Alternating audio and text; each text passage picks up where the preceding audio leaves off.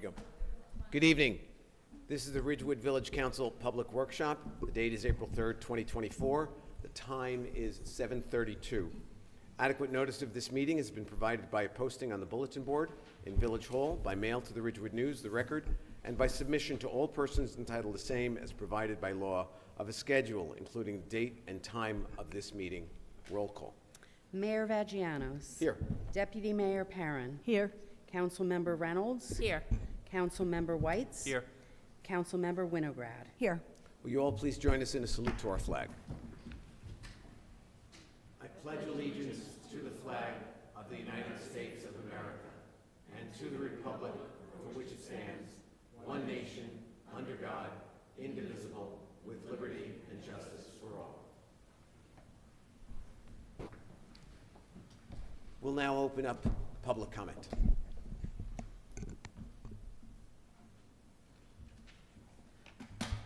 Good evening. Ann Loving, 342 South Irving Street. I have a few comments regarding the commentaries that took place at the end of last week's meeting. We were in Texas, but we were watching.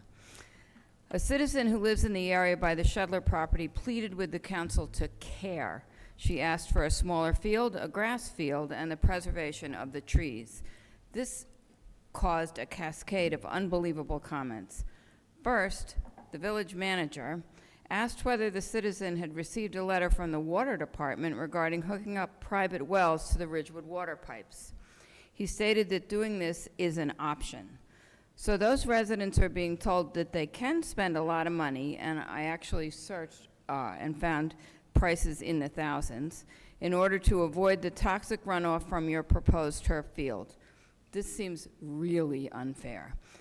Here's a better option. Don't put down the toxic rubber rug. Second, the mayor said he was hurt because he cares about the residents in that neighborhood. His commentary included such gems as, "You make it sound as though by proposing turf we're doing a terrible thing. This is something that we need to do." No, Mr. Mayor, this is a want. It's not a need. Another comment. Children are, quote, already subjected to turf on other fields. Huh? That makes no sense. Does that make it safe? Another comment. We have several turf fields and no one says to rip them up. I've actually never heard such illogical defensive arguments from such an educated person. Third, Ms. Winograd stated that she also cares. In fact, she used the word care so many times that I lost count. She said that, quote, "We disagree about turf." Well, here's a fact, as Deputy Mayor Perrin so clearly stated last week. Turf is dangerous to humans and it is destructive to the environment and to the climate. You can agree or disagree on things like whether to buy a red rug or a green rug, but facts are not something you can disagree with. Get it? Ms. Winograd also explained that since she was not elected when the turf was originally funded, she sees no reason not to proceed. Made no sense to me. Finally, Ms. Winograd's counter-argument that people have to stay off grass after it's been fertilized is really ridiculous. As soon as it rains or it's watered in, the grass is safe in 24 to 48 hours. The turf is safe never. Again, shaking my head. I'm absolutely dismayed with what I heard last week. Please, I implore you, show that you actually do care about the residents of the neighborhood, about the innocent children who might play there, and about the environment. Do the right thing, do the caring thing, and abandon the huge artificial grass plan. And thank you, Ms. Perrin, for speaking the truth about artificial turf last week. Thank you, Ann.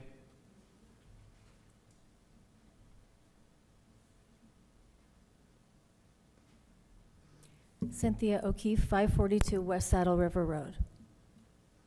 I just wanted to address a few points.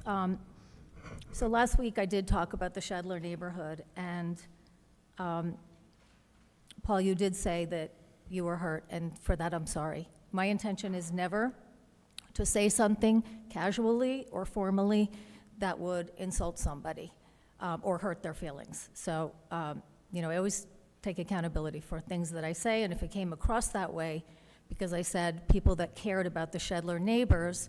I was talking about the 500 people that opposed the proposed plan that you plan to resubmit to SHPO. So obviously, I object to the entire plan because I don't believe that we should have a giant field that leaves very little room for anything else on the property.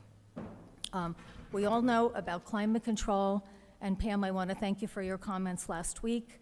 It really resonated with not only myself, but other people who were dialed in. This project is under the microscope, and there are more people that are dialing in to pay attention to what's happening in Ridgewood than ever before. So I think that when I said, that people need to show us that they care, what I probably meant was that actions speak louder than words. So we can all say things that may sound well-intentioned, but at the end of the day, if you continue to cut down all the trees and also put artificial turf, and obviously the topic of wells is very sensitive, but some of us have them, then that's a really bad decision. And I would implore you, and this is what I'm going to ask tonight. You said to me in pretty much no uncertain terms that you did not agree with my conclusions over the proposal. So what I would ask Shaban, Paul, and Evan, since you are pro-turf, please tell me what research you have done and what conclusions you've drawn from that research. Not somebody you talked to on the bus into New York. I want actual research that brings you to your conclusion, because people's health and well-being depends on it. You might be on that side of the dais, and I may be on this side, but that does not make you an expert, and if you are making decisions that are going to affect people's health, I expect those kinds of answers, and I mean that in the nicest way possible. Last but not least, Jane Goodall, who I'm sure you all know, is 90 years old today, okay? April 3rd, she was born 90 years ago. Her advocacy about conservation should be regarded even more closely today. She believes that if we take care of our planet, it will take care of us.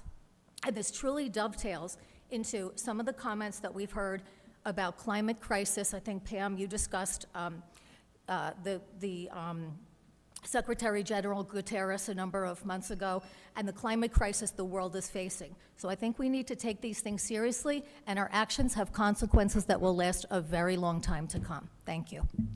Thank you, Cynthia.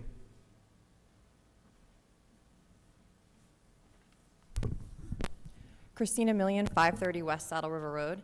I wanted to ask for an update on the soil dumping and potential soil contamination at the historic Zabriskie Shedler site. Has the testing for what's been dumped been submitted to the NJDEP? I'd also like to ask the council if you've kicked off an internal investigation into what exactly happened, so residents have more information into how we got here today regarding the soil that was dumped from multiple locations, including a resident's home.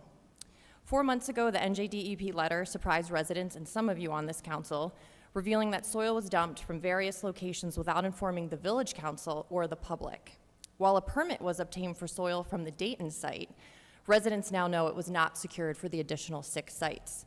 We know there was a failure to file a police report in connection with illegal dumping of construction materials and soil in April and July 2020. We know that concerned residents called in illegal soil dumping activities that were happening at night to the police. And yet no records exist on the town's disposal of illegally dumped soil at night, nor are there details on the quantity, testing, origins, or photographs of this illegal dumping, and that's alarming. I'd also be interested in learning more about the protocol for a town to accept free soil, as residents have also been aware that there have been no formal resolutions to accept such gifts. Is that common practice? And I'd actually like Mr. Rogers' take on that from a legal standpoint. I would expect that accepting thousands of cubic yards of free soil dumped at a historic site would require some type of formal resolution. Notably, the volume of soil that we now know is there exceeds what was necessary to build the berm, and we know that the berm was built without SHPO authorization. So this discrepancy suggests to me, and many others, that this could have been a strategic and intentional act. Was it? And so I'm asking for transparency and details when it comes to the soil dumped on behalf of the Shedler neighborhood and for the future children who might play on it, because the public deserves to know that information. It's also been over 4 months since the NJDEP wrote to you, so we'd assume that by now there's probably a detailed log of what happened, and I'm wondering if you could kindly post that on the New Village website so everyone has the information they need in regards to what happened there. There's a December 2023 NJDEP letter also warned that the soil dumped at the historic Shedler property, the soil that's currently there right now before any testing has happened, may not be suitable for artificial turf. That's in writing to you on page 3. And yet, despite the state's expertise on this, you've continued to express that you want to install turf. So why are you disregarding the expertise of the Bureau of Solid Waste Compliance and Enforcement? Is the takeaway that you know more than the NJDEP? Thanks. Thank you, Christina.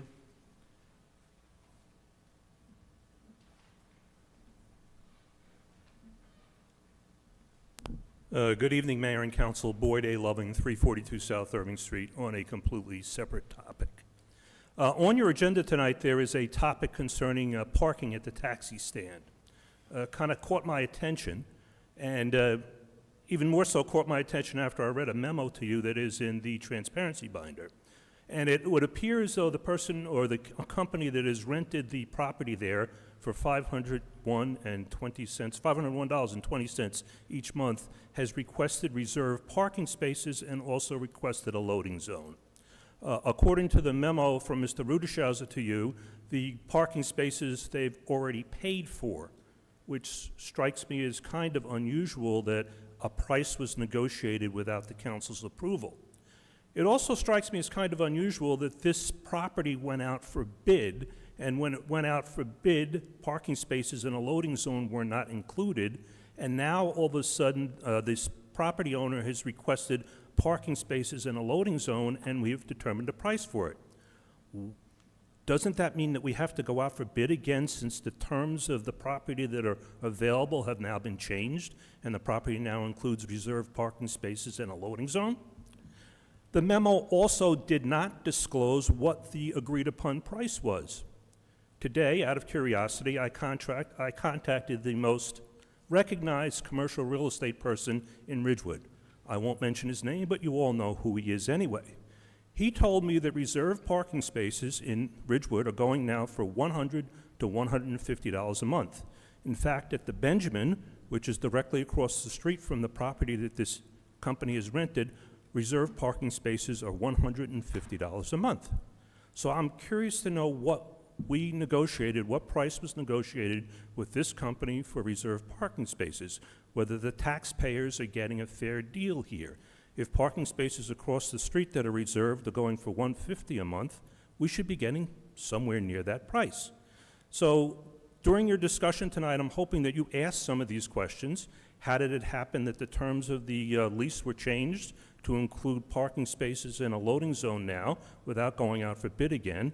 And who negotiated the price for these parking spaces without the council being involved, and what the price for those reserved parking spaces are, knowing that typically, at least what my contact says, typically reserved parking spaces in Ridgewood are between $100 and $150 a month.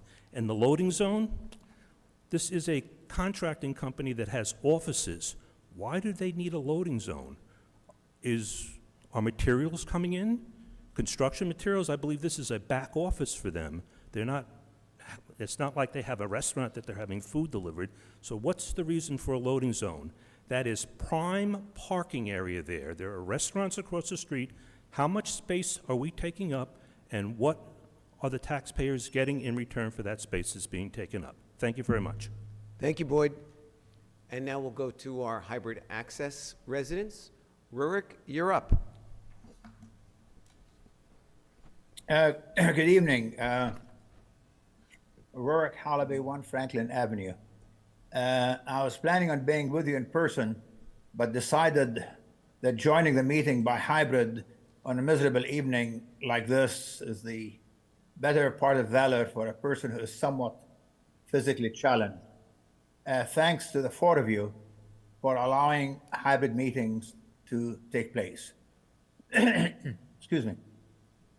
2 points on my favorite subject, Shedler, one on the house and one on the use of well water.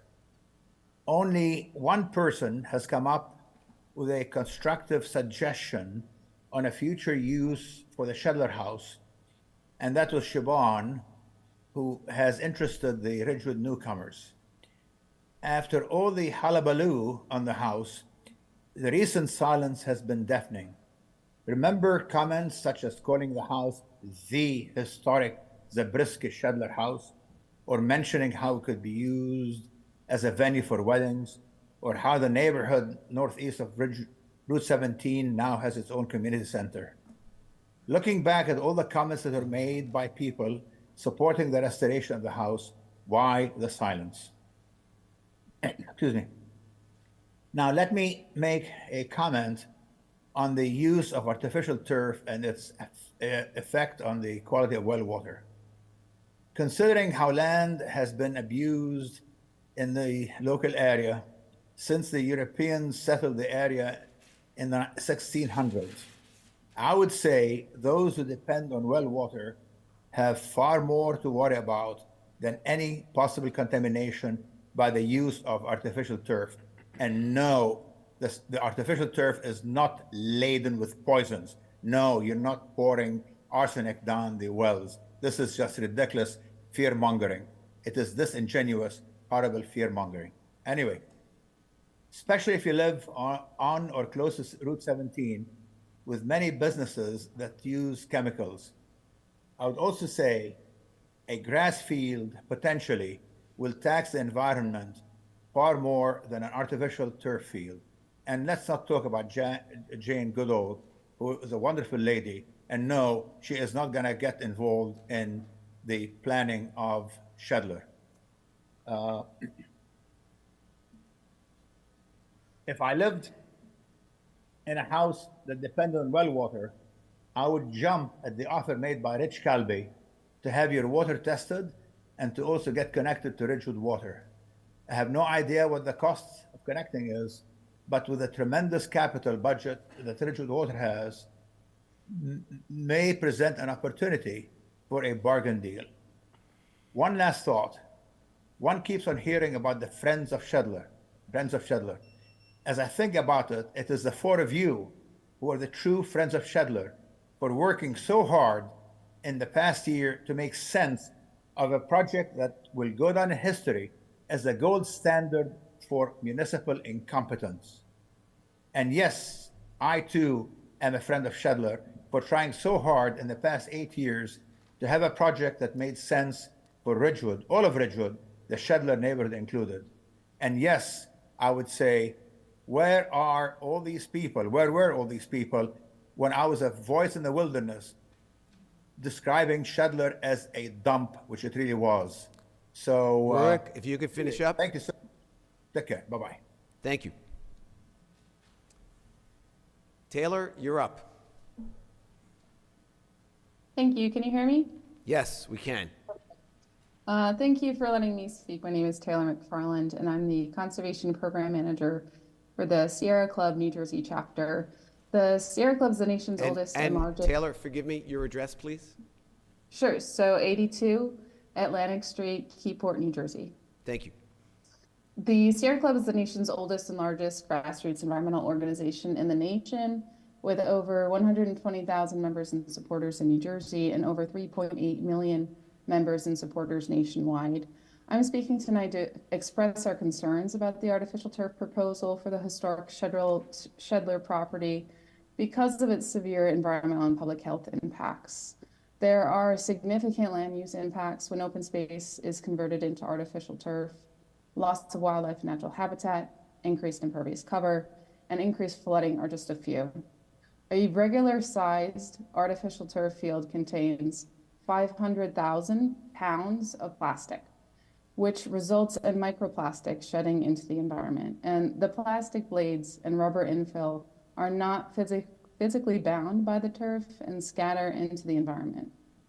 And then on a warm day, synthetic turf radiates more heat than natural grass, leading to extreme temperatures and a heat island effect. and the elevated surface temperatures of artificial turf fields have shown to contribute to heat-related illness. There's one study found that football players are 11 times more likely to suffer a heat-related illness playing on synthetic turf. And unfortunately, these plastic fields are not recyclable, which means they end up in landfills or are dumped illegally.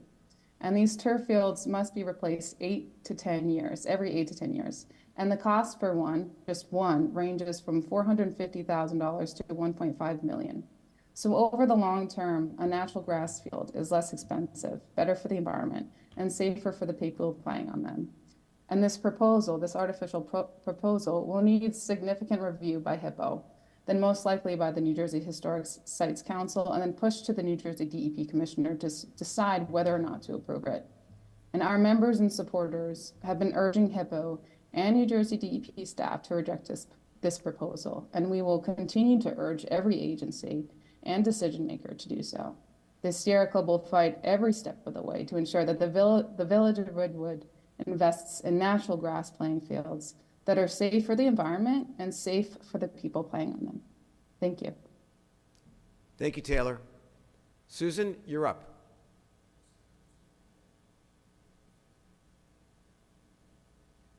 You're on mute. There you go. Hello. My name is Susan Goodman, and I live at 322 Arenda Circle in Westfield, New Jersey. And I'm speaking tonight because I'm tired of everybody putting plastic grass into my environment. My husband's a dentist and I'm a registered nurse. And this week we received an article from the American Dental Association concerned about micro and nanoplastics getting into our bodies. They cited an article from the New England Journal of Medicine from March 6, 2024, in which they cited a research project recently done as a joint project between the Italian Ministry of Health and the National Institutes of Health here in our country. They took plaque from 304 patients who had it removed during a carotid enderectomy.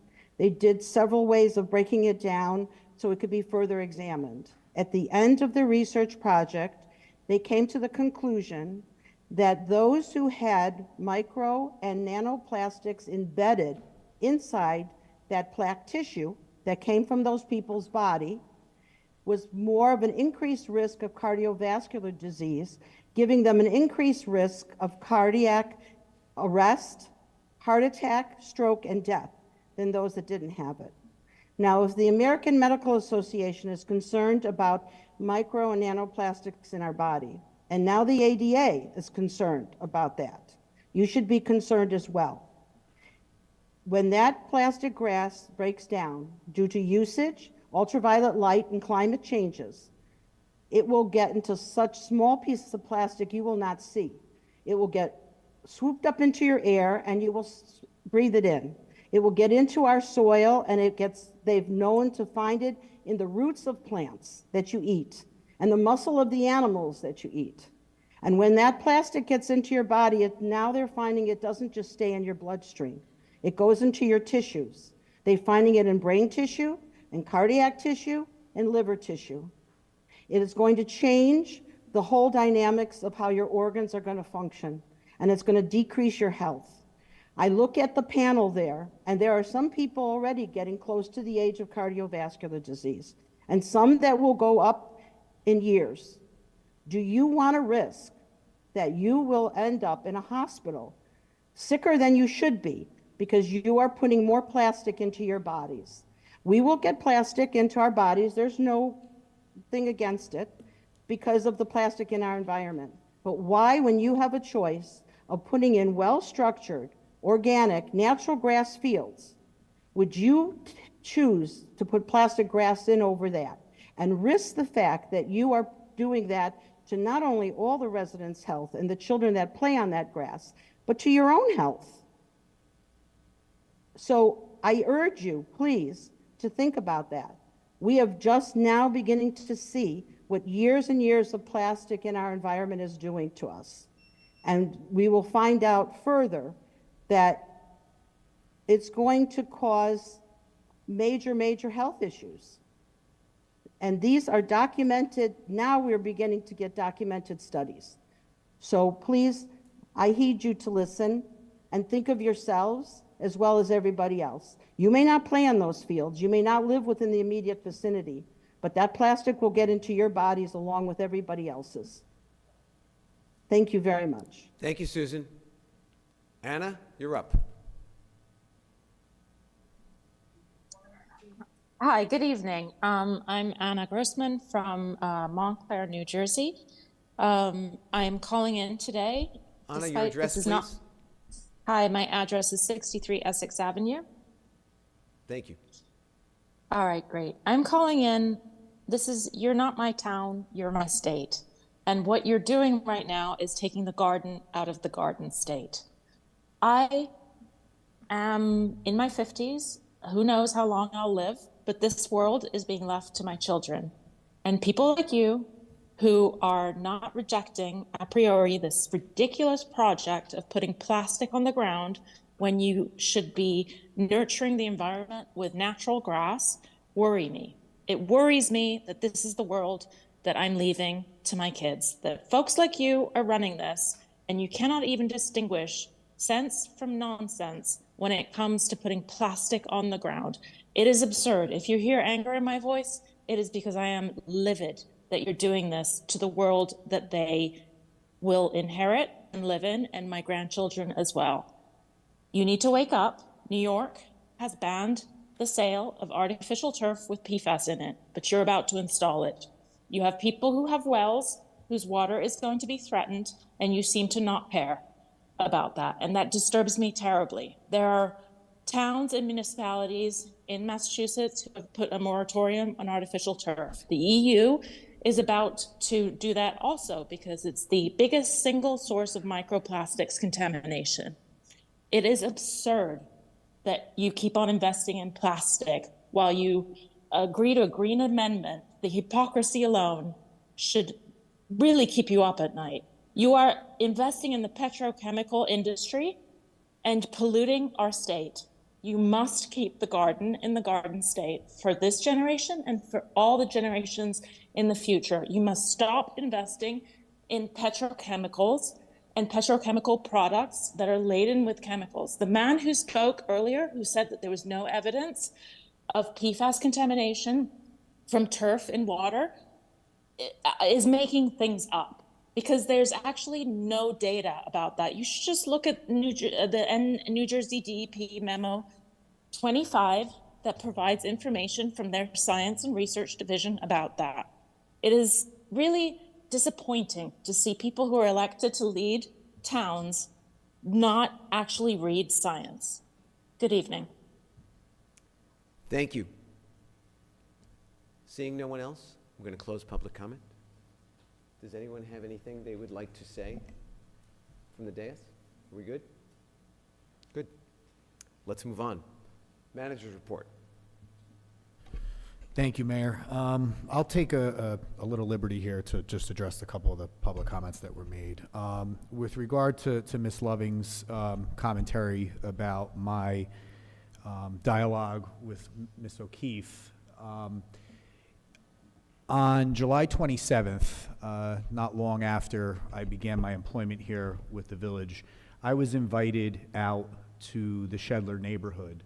I met with probably a dozen residents on Kingsbridge Lane, and they educated me as to a number of their concerns, beginning with the footbridge, and then leading over to a tour that we did of the Shedler property.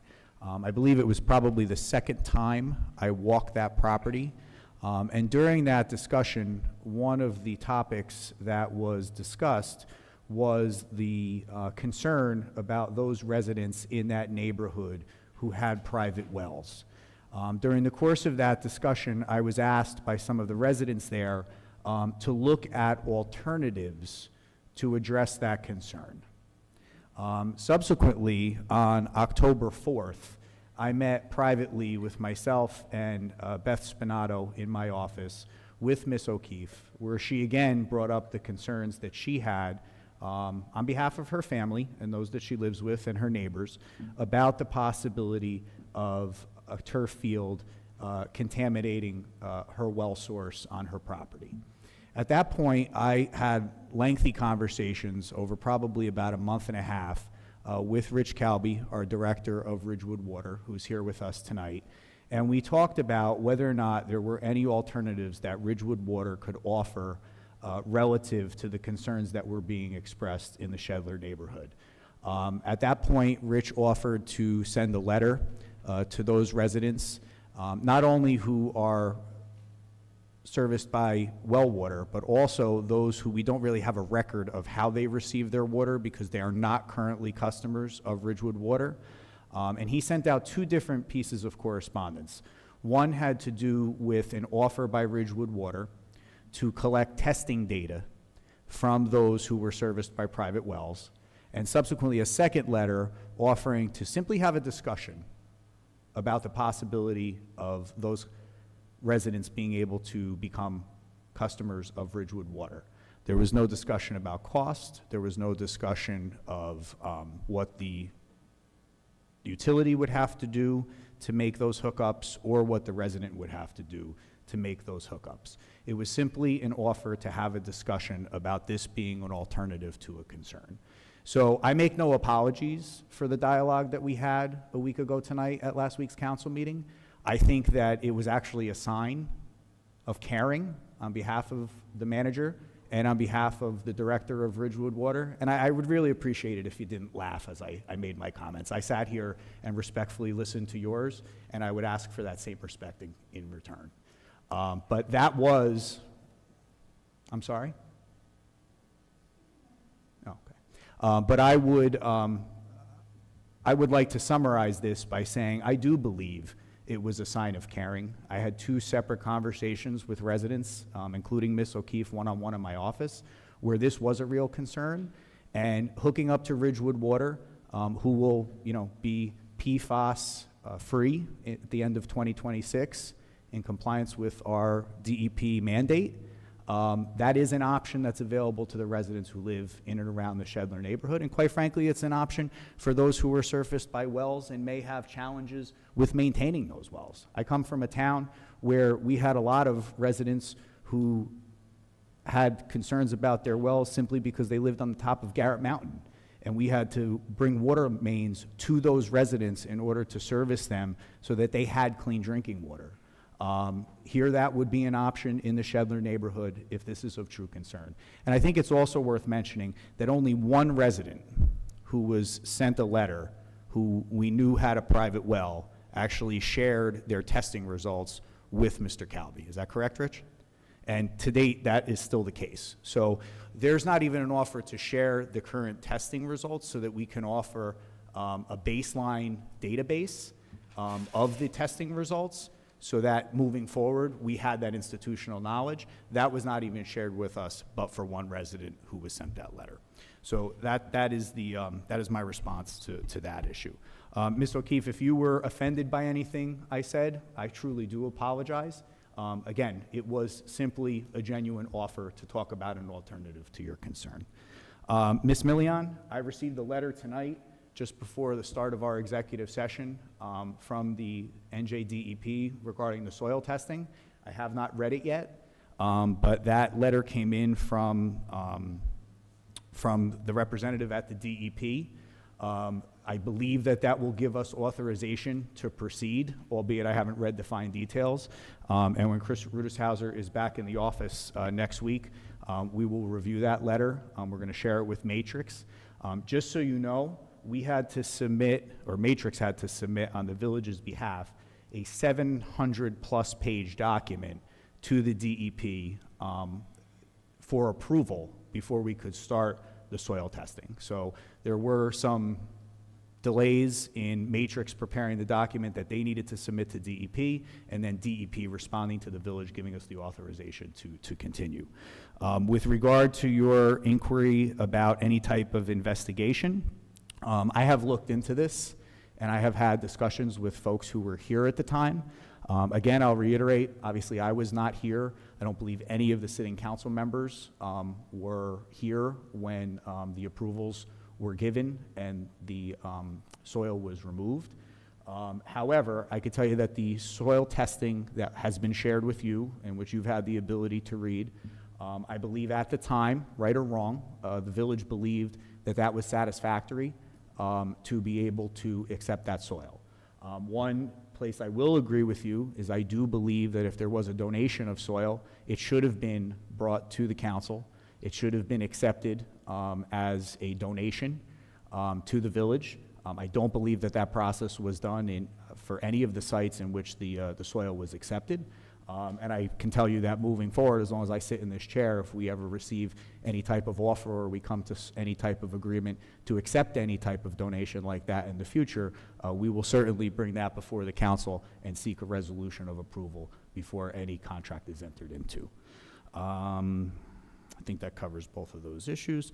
Mr. Loving, I believe that the amount, and I will confirm this for you tomorrow, I have an email that went back and forth between the parking director and our chief financial officer and Mr. Rudishauser. I believe it's $1,300 per year per spot. I don't necessarily believe that this needed to be in the initial bid spec. That lease was for the office space on the second floor of the taxi stand. We put that out, individual bid on it.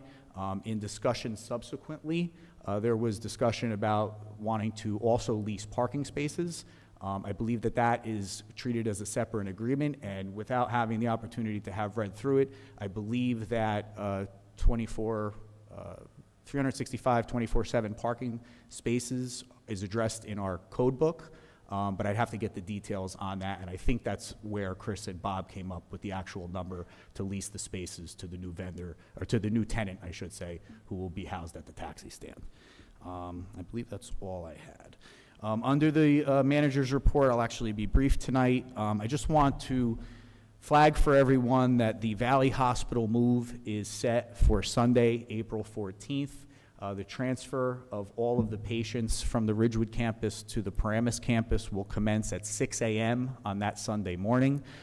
We have been working closely with the executives at Valley Hospital, with our OEM coordinator, Jeremy Kleiman, our chiefs, Forrest Lyons and John Judge, to ensure that all of the support that Valley Hospital will need to safely transport these patients, which will be folks who, are at the end of life, all the way down to NICU babies that will be transferred down Linwood Avenue from Ridgewood to Paramus on that day.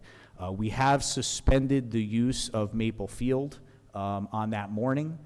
We will be using both Graydon North and Graydon South as a staging area for the 50 to 60 ambulances that will be used to transport the patients. As of 1 o'clock that afternoon, both fields will be open for use by any athletics or sports organizations that need them. We'd just ask people on that Sunday morning, sort of avoid the Linwood Avenue area by the hospital.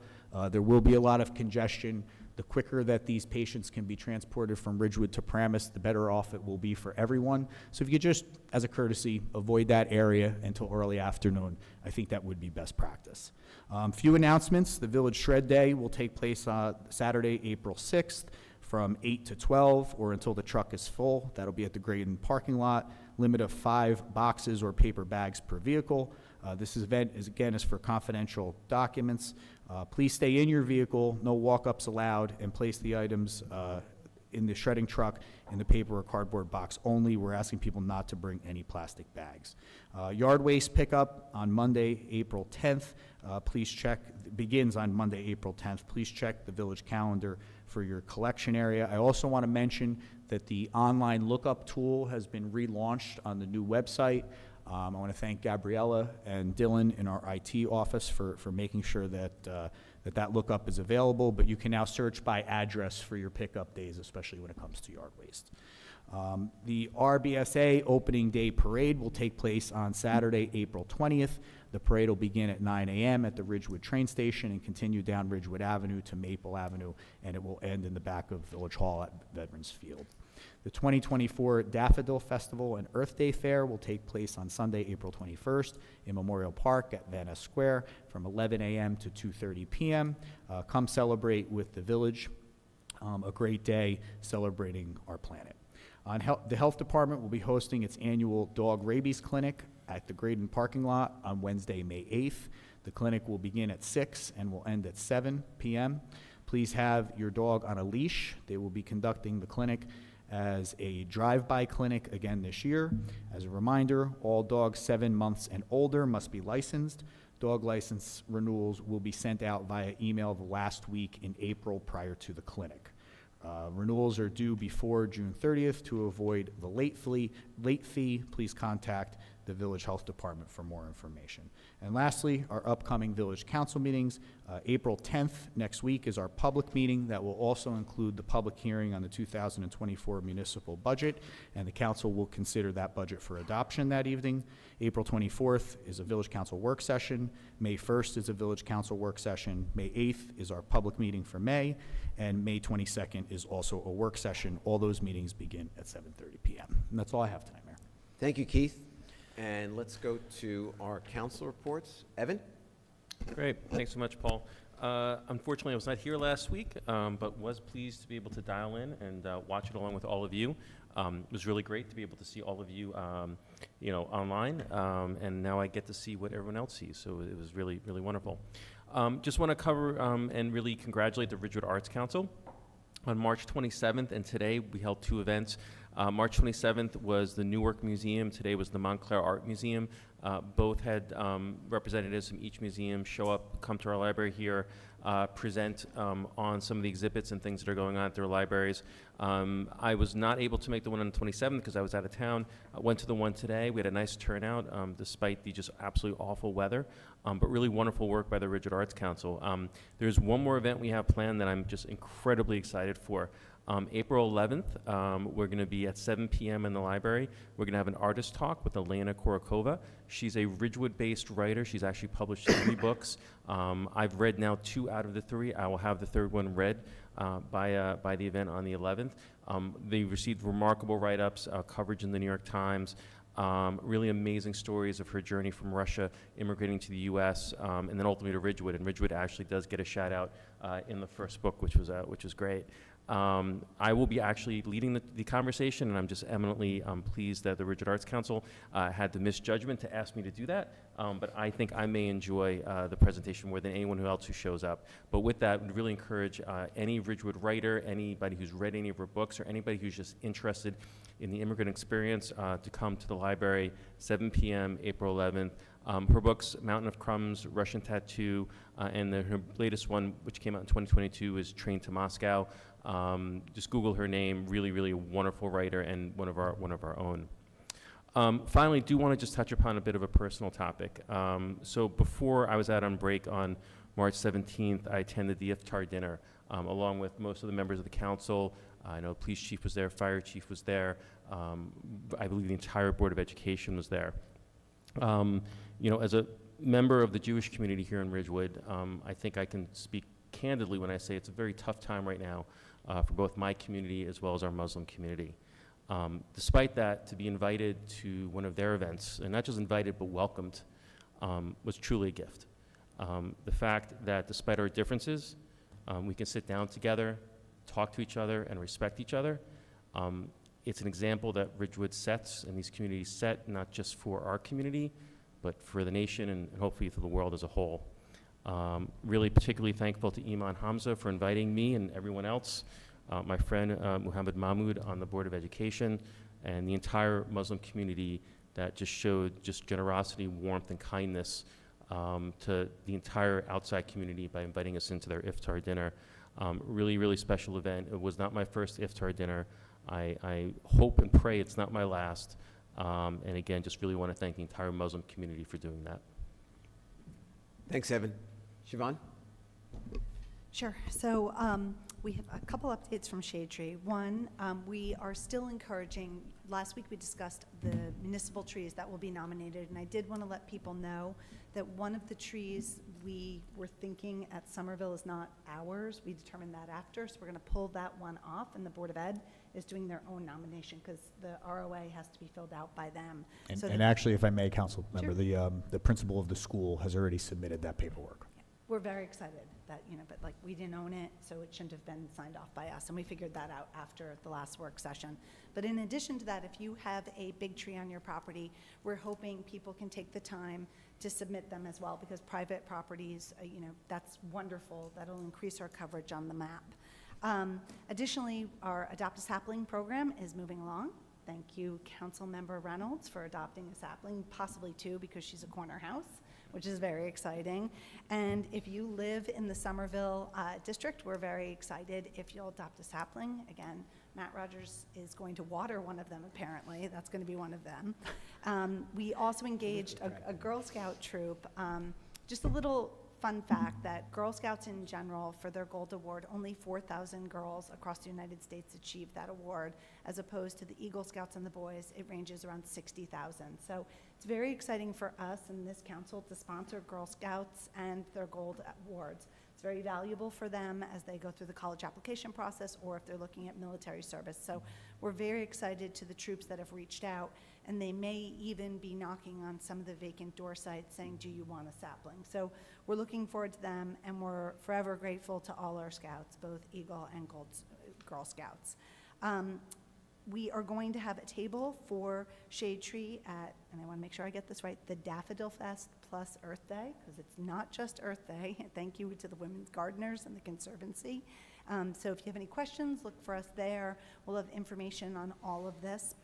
And lastly, as a fun note, I wanted to thank our signal department for the turtle crossing up at Habernickel.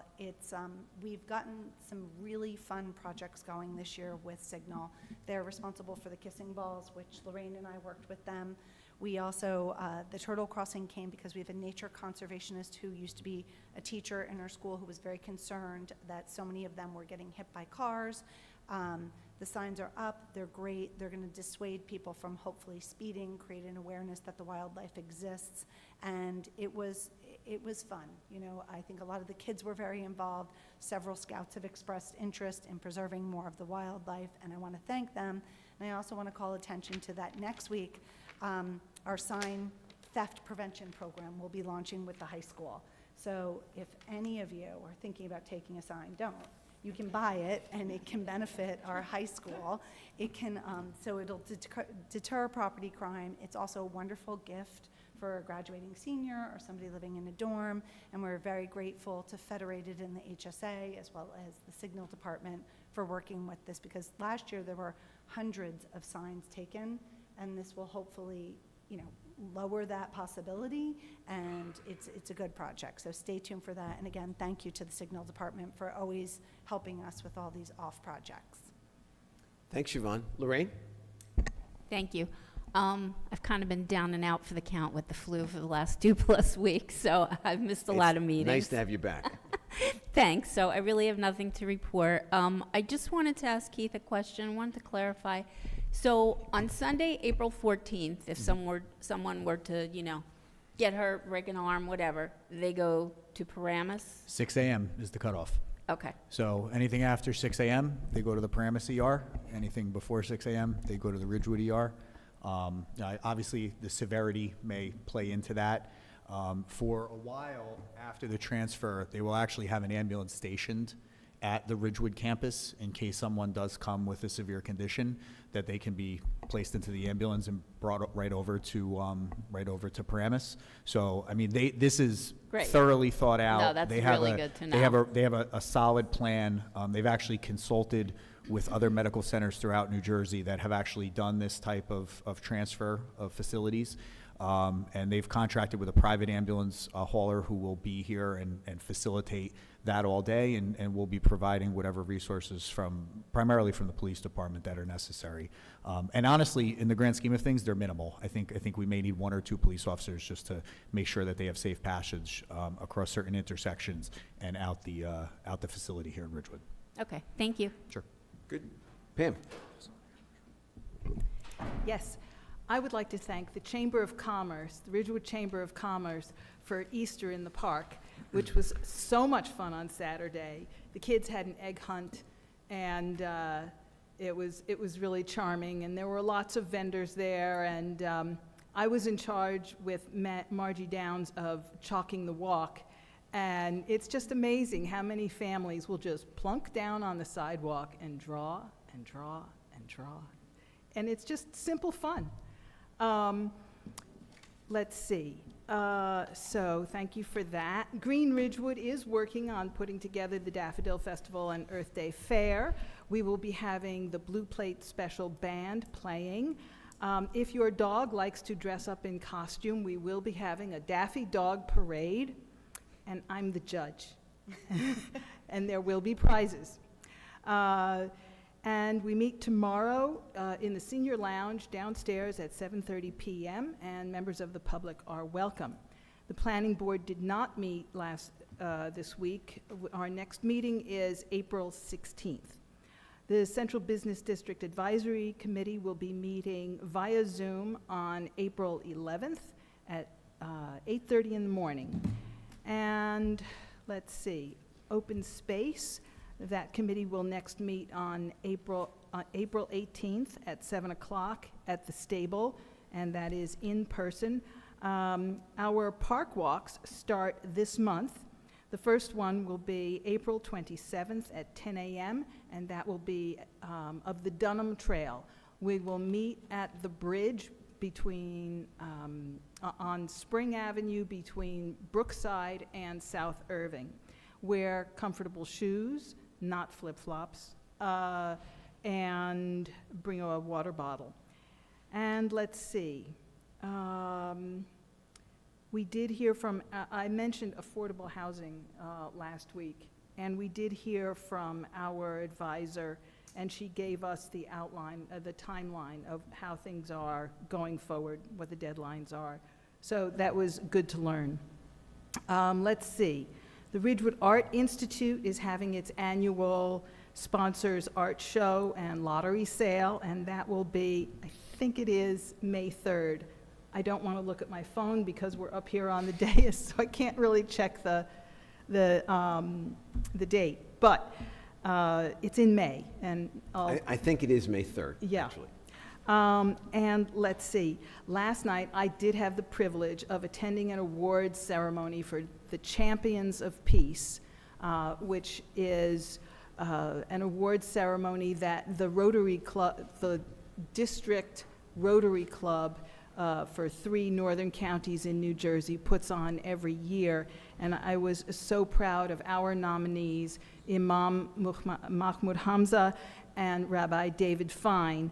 And there were 38 champions of peace who received awards last night, but our guys got a standing ovation, which was well-deserved. That's all I have. Thank you, Pam. And before I give my report, I just want to note that if you'll notice, the deputy mayor is expanding her purview. She is in charge of chalking. She is the judge in the Daffy Dog Parade. Really spreading your wings there, pal. Just want to say. So, and with that, I met with the Stigma Free Committee, which is, again, just such a great group of people. And there are a bunch of programs I want to announce the dates of that that they inform me of. One is Parenting a Neurodivergent Child. It's Thursday, April 11th. At 6:30 at the Annie Zusi Lounge. To register, call the Village, extension 2312. Next, there will be some showings of some really good documentaries. One is called Like, which is a documentary about the impact of social media on our lives. It'll be shown on Monday, March 11th at Ben Franklin Auditorium at 7 p.m. and Thursday, March 14th at the Ed Center at 11 a.m. No registrations required. And then there is another one called Angst, which is raising awareness around anxiety. And that will be Wednesday, March 20th at George Washington Middle School Auditorium at 7 p.m. and Friday, April 5th at the Ed Center at 11 a.m. Again, no registration is required. There are a bunch of programs being offered, and I'm going to see if I can read them without my glasses. And they are being sponsored by Valley Hospital and the Ridgewood Public Library. One is Sensibility, and it is at the library from 10 to 11 a.m. on February 21st. Another is Skin Care, and that is also at the Ridgewood Public Library. And then there's another one, These Twisted Veins, I think we know what that means, Tuesday, April 9th from 7 to 9 p.m. And Healthy Steps, which is an exercise program, at Veterans Field on Tuesday, April 23rd from 9 to 10, and Aging Gracefully, which will be also at the Ridgewood Public Library on April 30th from 7 to 8 p.m. And you can register by calling 1-800-VALLEY-1. And finally, there is a Stigma-Free Symposium on Wednesday, May 1st at 9 a.m. It is at the Terrace in Paramus, and registration is encouraged but not required. Contact the Ridgewood Health Department. I want to take a moment to just clarify a couple of things. First, if one caller called in and said that only 4 of us voted for hybrid access, and I believe that that's inaccurate. I believe all 5 of us ultimately did. I think that one council member voted against it a couple of years ago, but when this council took office, I believe it was a unanimous vote for that. Also, Cynthia, I just wanted to say thank you for your apology. I know it was sincere and heartfelt, and my acceptance of it is equally sincere and heartfelt. And I know that sometimes certain issues get us a little worked up. So I certainly understand the context, but I really appreciate the thoughtfulness. And finally, I want to mention that, look, I talk about respect here all the time, and respect comes in so many ways. When Keith was responding to some comments made, and someone was laughing and smiling at him, look, we can't do anything about that. You have a First Amendment right to laugh and smile at whoever you'd like. But we don't do that here. We just don't. And if anybody on this dais did that, I would chastise them in the middle of it.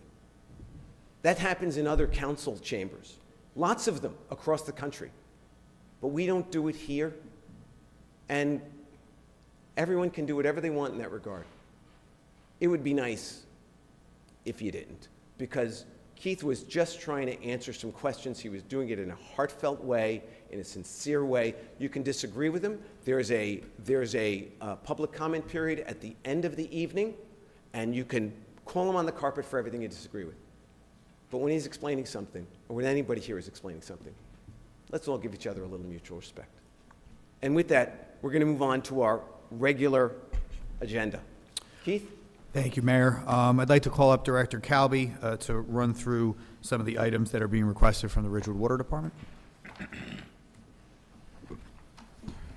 Good evening, Mayor and Council. Good evening, Rich. Good evening. Hopefully the weather's getting better outside. We have 3 items tonight on for Ridgewood Water.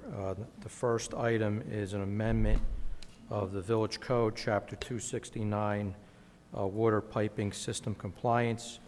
It's a recommendation to add a new section to that chapter, namely Section D, which will codify a practice that the utility has done for many years, but is especially important now considering that we are undertaking a lead service line replacement program.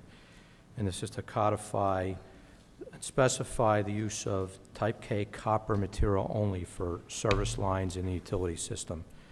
The reason for copper over plastic is because plastic is not easily identified underground, so we have to do markouts. There are occasions where we cannot locate it, even if you put a sensor wire in the ground. Additionally, plastic piping has different couplings and connections that we don't stock or utilize on a daily basis. So we want to codify that practice and put it in the code, especially now given the fact that we're going to be replacing, and residents themselves, if they don't participate in our program, will be replacing hundreds, thousands of these lines throughout our system. So any questions on that recommendation? Anybody? Nope. Good. Sorry, jumped the gun. grammatical thing. Didn't jump the gun. No, move on. No, I'm kidding. Okay. The first line, it says, any service line or fire service line, which it should be that, because what you want there is a restrictive relative pronoun. Thank you. Got that? Got it. Is that another Next. another title for the deputy mayor? No. Second item is recommendation of award of a contract, a water meter testing bench. So the Ridgewood Water Utility has been utilizing a water testing meter bench that was bought back in 2015. It was actually purchased months before I had started here. The purpose for a water meter testing bench is that we're required by law to test every meter that we remove from a customer's home. A requirement to test it after the fact to verify that it was operating properly, or in any case that any customer challenges their reading or bill, that we take that meter and also test it to verify its accuracy. In that particular case, it's done in a matter of remove where it's putting an evidence bag, brought back to our testing facility, tested on this apparatus. So it's a very important piece of equipment to have as a part of our toolbox. The current bench is going on 10 years. We've repaired it once. It's at a point now where it's at a point of disrepair. It does not make sense to repair any further, and we're recommending purchase of a new one. New one will be more compact, take up less space. It'll be easier to use and maintain. We did obtain 3 quotations, and we're recommending purchase to Rio Supply, Inc. For a new Ford meter test bench. The amount is $34,425.67, and this is funded out of the water utility operating budget. Questions? Let's go. The final item is an award under a state contract to purchase a new server for the SCADA system. This is the back-end equipment that the system runs off of. If you have any questions about this, is a recommendation from Mr. Hanson. You could certainly answer those. The locations are the Water Department and the Water Pollution Control Department, so I wasn't quite sure. Are there 2 at each location, or 1 at each There's location? 2 servers, 1 in each location. Gotcha.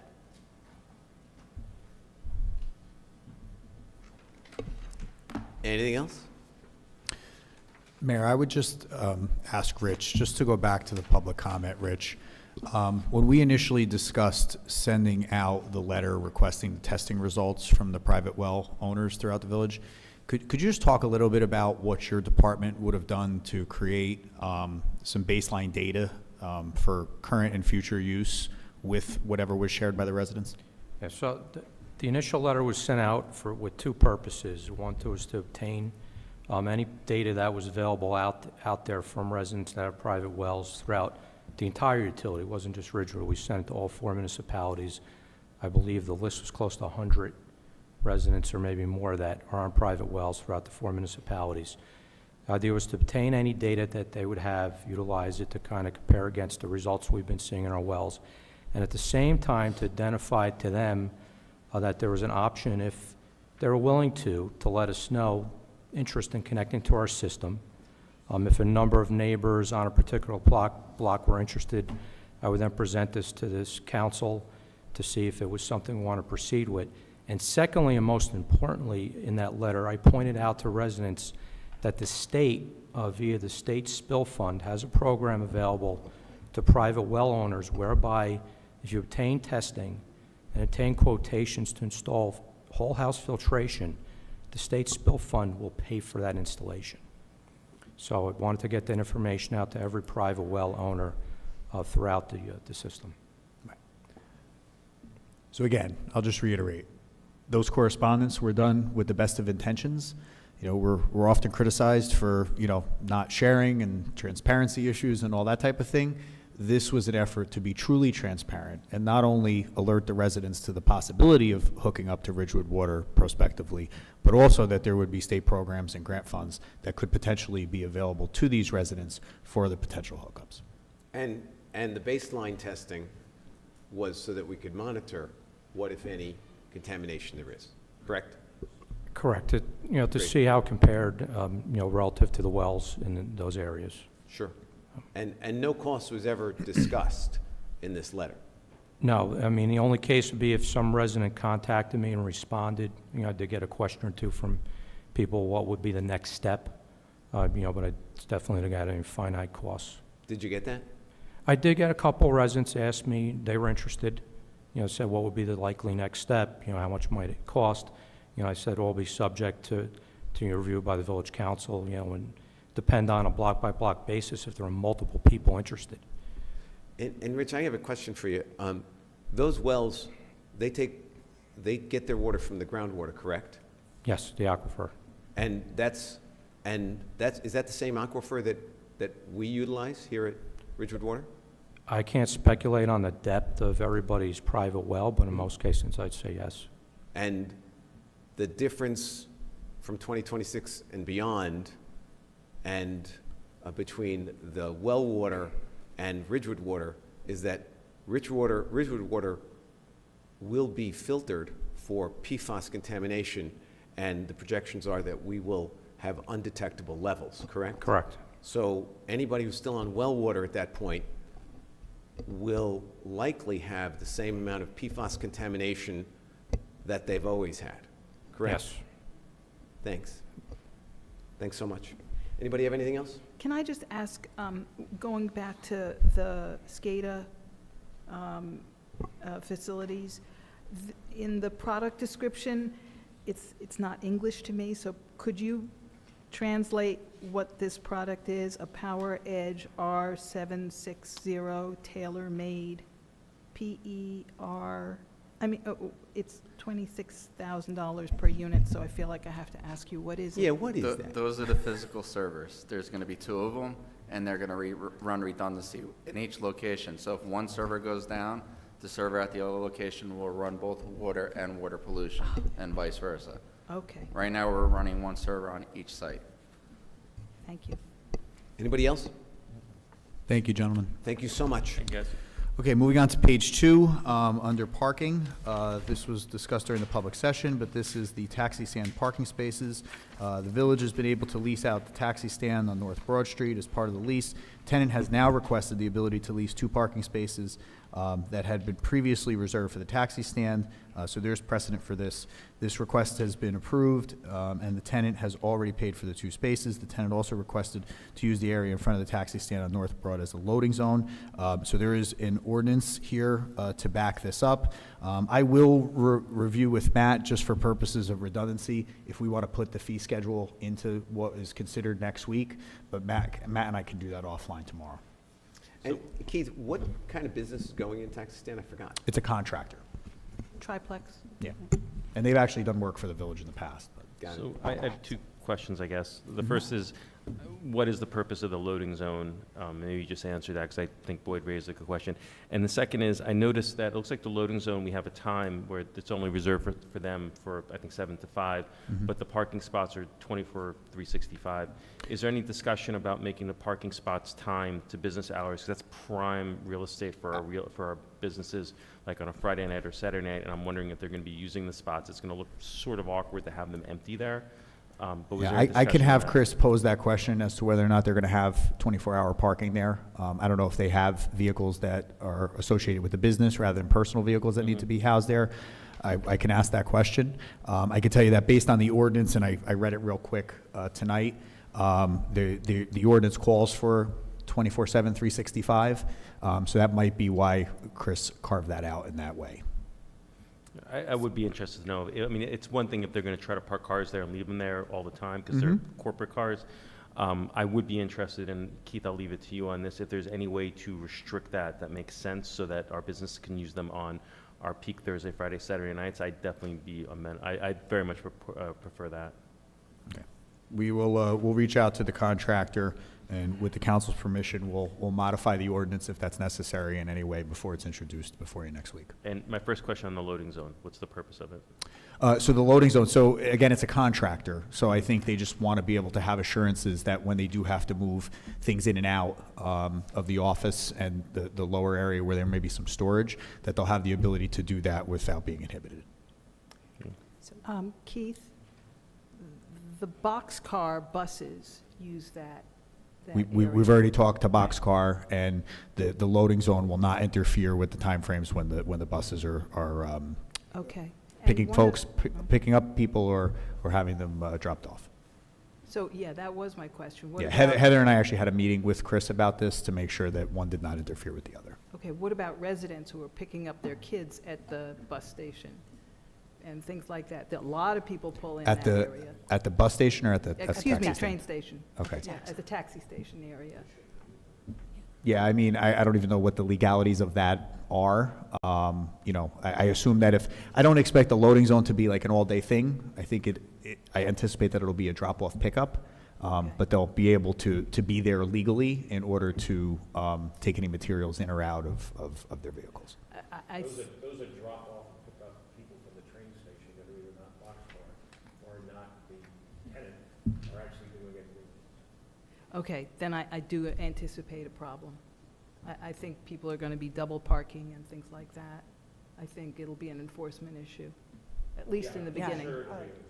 Yeah. Also, one of those spots is a handicapped spot, if we're talking about the spots north You're talking of the taxi stand. Yeah, I don't think it's going to impact the handicap spot.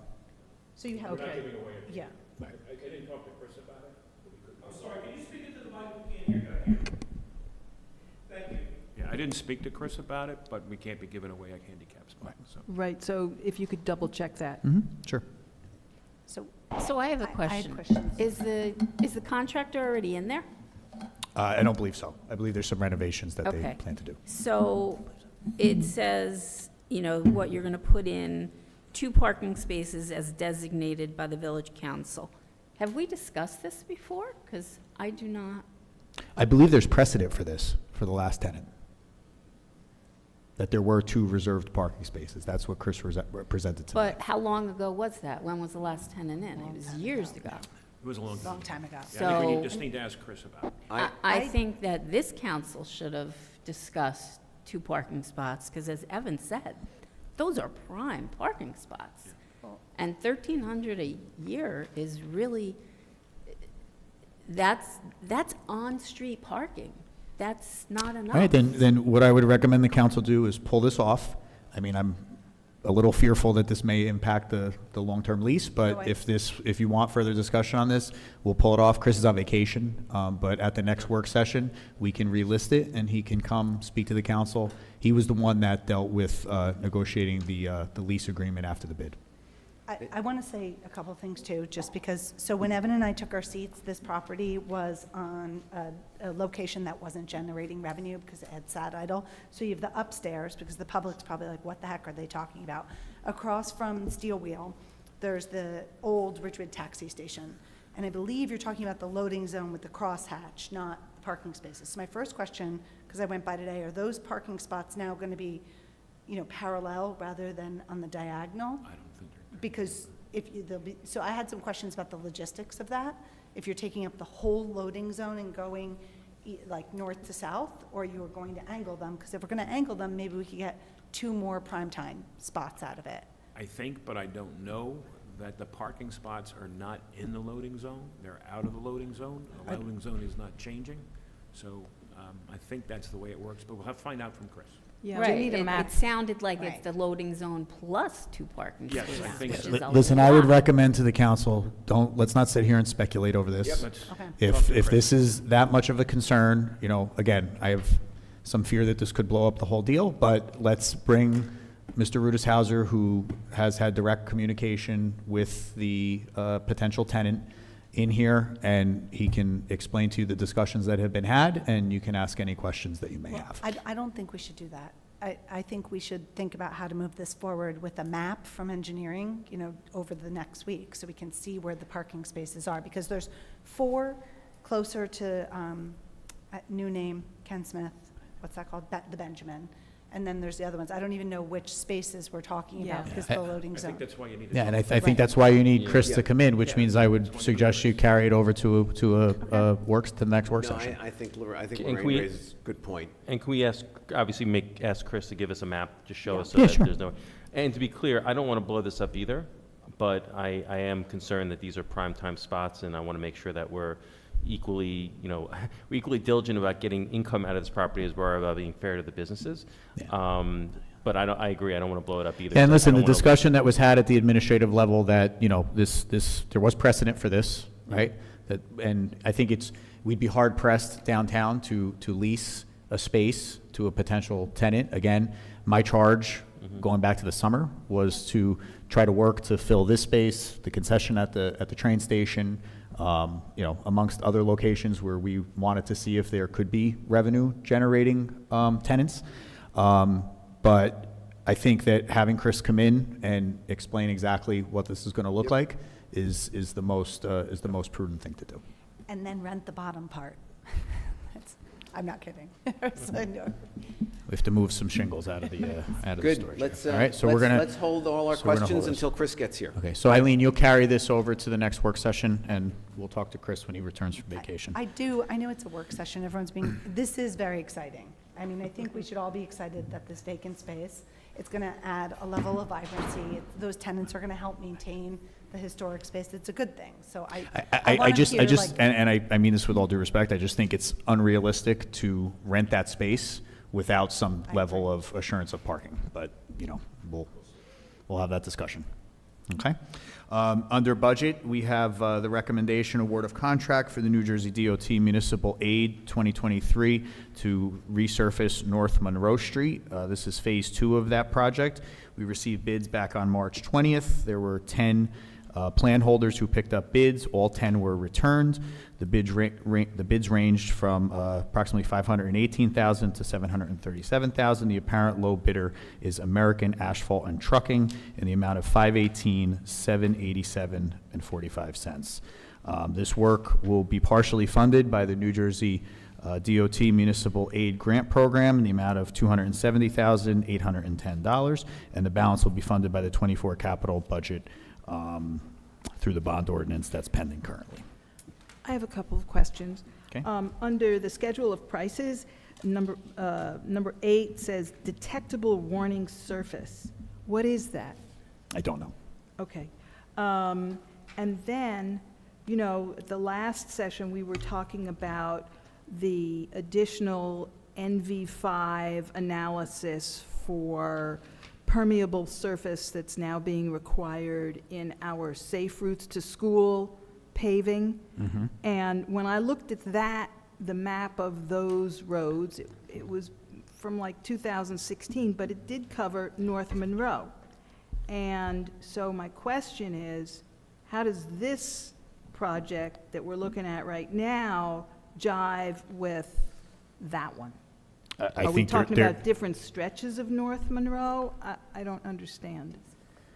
So the North Monroe was split out between multiple years. So this is Phase 2 of the project. I don't have the list that I had last week in front of me that indicated where the start and end lines were for these projects. I can certainly look at that when I go back up to the office and give you an answer, and you also all have that from last week's discussion. Okay. But although, even with the maps and stuff last week, they were old. It was like from 2016, and I listed the streets. Well, the grant that was applied for the Safe Routes to School grant was applied for in 2016. Right. And so I didn't know if any of those have actually been repaved since then. I wasn't sure. Well, Safe Routes to School is sidewalks. Okay. This is road resurfacing. So two separate initiatives. The only Oh, place okay. where those two sort of collide is with ADA handicap ramps. Yeah, right. Because they have to be built in before we can pave the road. And that's the issue that we have on the county roads, that we're responsible for the ADA.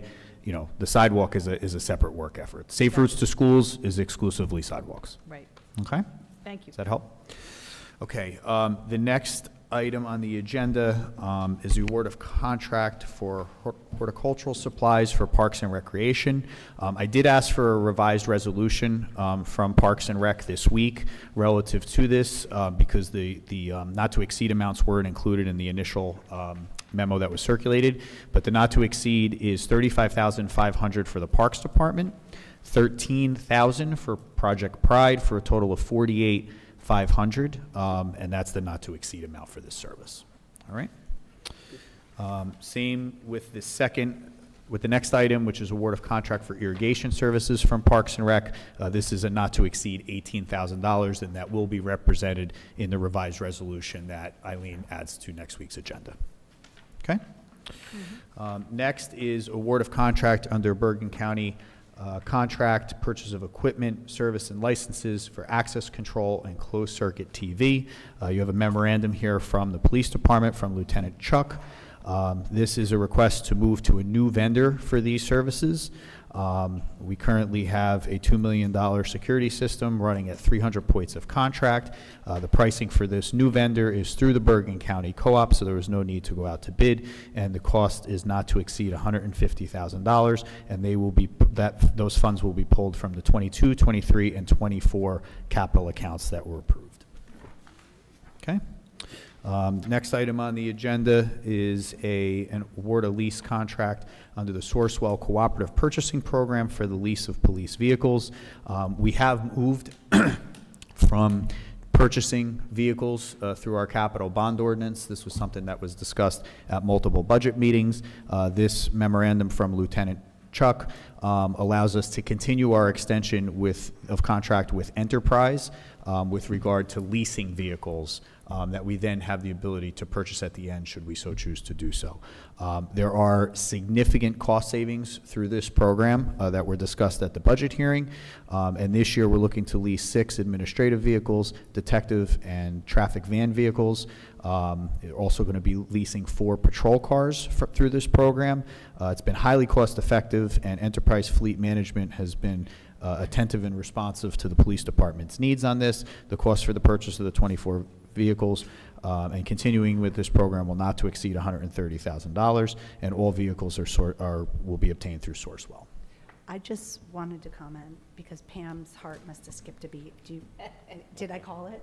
Do you want to say what I think you're going to love in here, but the public probably hasn't read all the detail, is there's one Ford hybrid, not complete electric, but Yes. hybrid. And I really want to thank Pam for pushing for that because, when we can't get all electric because the force just isn't there and the cost is so high, she's pushed us. And my heart skipped a beat because I knew yours would too. And so did Lorraine. I could tell from the laugh. And Jay Chuck has really taken the lead on this program, not only in the police department, but he's been very helpful to the other department directors in leasing vehicles. And we've put an emphasis on trying to move to the hybrid where it makes sense. Obviously, a routine patrol car, that's a challenge for a variety of reasons, but where it makes sense, on the administrative side and with the other departments, we've really tried to make a push to be able to do that type of thing. And- Next, I'm sorry. Go ahead. In the resolution, you have 2 words missing. First line, whereas there exists, should be followed with a need. You need 2 words, a need for an extension, blah, blah, blah. Okay, you have that, Eileen? I have it. Thank you. Okay. She is good at this, I have to say. Next item is authorize a refund of tax overpayment for a property on Auburn Avenue. This is a property owner who is a 100% tax exempt veteran. The reimbursement amount is $2,331.05, and the check will be made out to Loretta LLC. Good? Okay. Next issue is to accept a name change of a vendor for Polaris utility terrain vehicles. You'll see a note in here from the Ridgewood Fire Department. One of their vendors has changed names. They were previously known as National Joint Powers Alliance, NJPA. The new name is Jersey Shore Power Sports. Nothing changes about the contract other than this is being done for proper record keeping. Item 8, award professional services contract, NJDEP SHPO response package and independent fields analysis for the Shedler property. There is a proposal in your that was provided to you today from Suburban Consulting Engineers to help us prepare the response package for the SHPO application, in addition to the lion's share of the work being to prepare a comprehensive fields analysis, which was one of the requests that was made by SHPO, and the cost for all of these services is not to exceed $10,500. If not for anything else, I think this puts to bed some of the speculation and dispute over whether we have a need for more fields. So I'm in favor of this. Yeah, I spoke to the representative from Suburban this morning. He was truly dumbfounded by the amount of use that these fields get. Nancy Bigos's department had sent out a survey to all of the different field users throughout the village to get their registration numbers and the hours on the field and the amount of teams that circulate on them during the 3 seasons. And, that information has been shared with Suburban. And, as I stated up here a number of meetings ago, the numbers are rather staggering. And what we plan to do is not only submit this fields analysis to SHPO, but we also plan to present it at a future council meeting so that the public can hear directly the findings from Suburban, and the numbers will actually be validated within the public eye. Yeah, I agree completely. I mean, as somebody who spends 6 months out of the year, most of their weekends on a soccer field, seeing the one after the other, after the other, after the other, number of games that get canceled when it rains, the times we have to leave Ridgewood, I mean, to be able to quantify that is well worth it. And to Pam's point, just put this particular issue to bed. Sure. I will also add, as the Parks rep, one of the things, in addition to seeing it executed, is unfortunately I have the position of seeing what we say no to, and how many people we turn away, and how many programs we say no to, how many adults that we wish to age and play in place we send to Malwa twice a week. So, the demand now, what we initially gave was, demand in district that was currently occurring. That's not really full demand, because we are constantly telling people no. This year, RJFA, with our girls program that we should all be so proud of, really struggled. We've tried to partner with Glen Rock, where my joke for the lacrosse community of Fogo at Faber did not fall very far, but they're fully utilized as well. And so within this, it's going to take it from teams and players to actually people, all the hours that come into this, including the people that are currently playing out of district. It's a lot.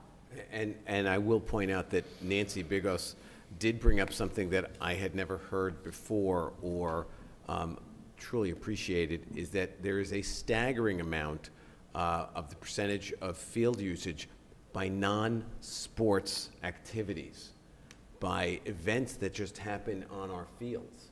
And in fact, the number that she used was so high, I don't even want to put it out there until it's confirmed by this survey.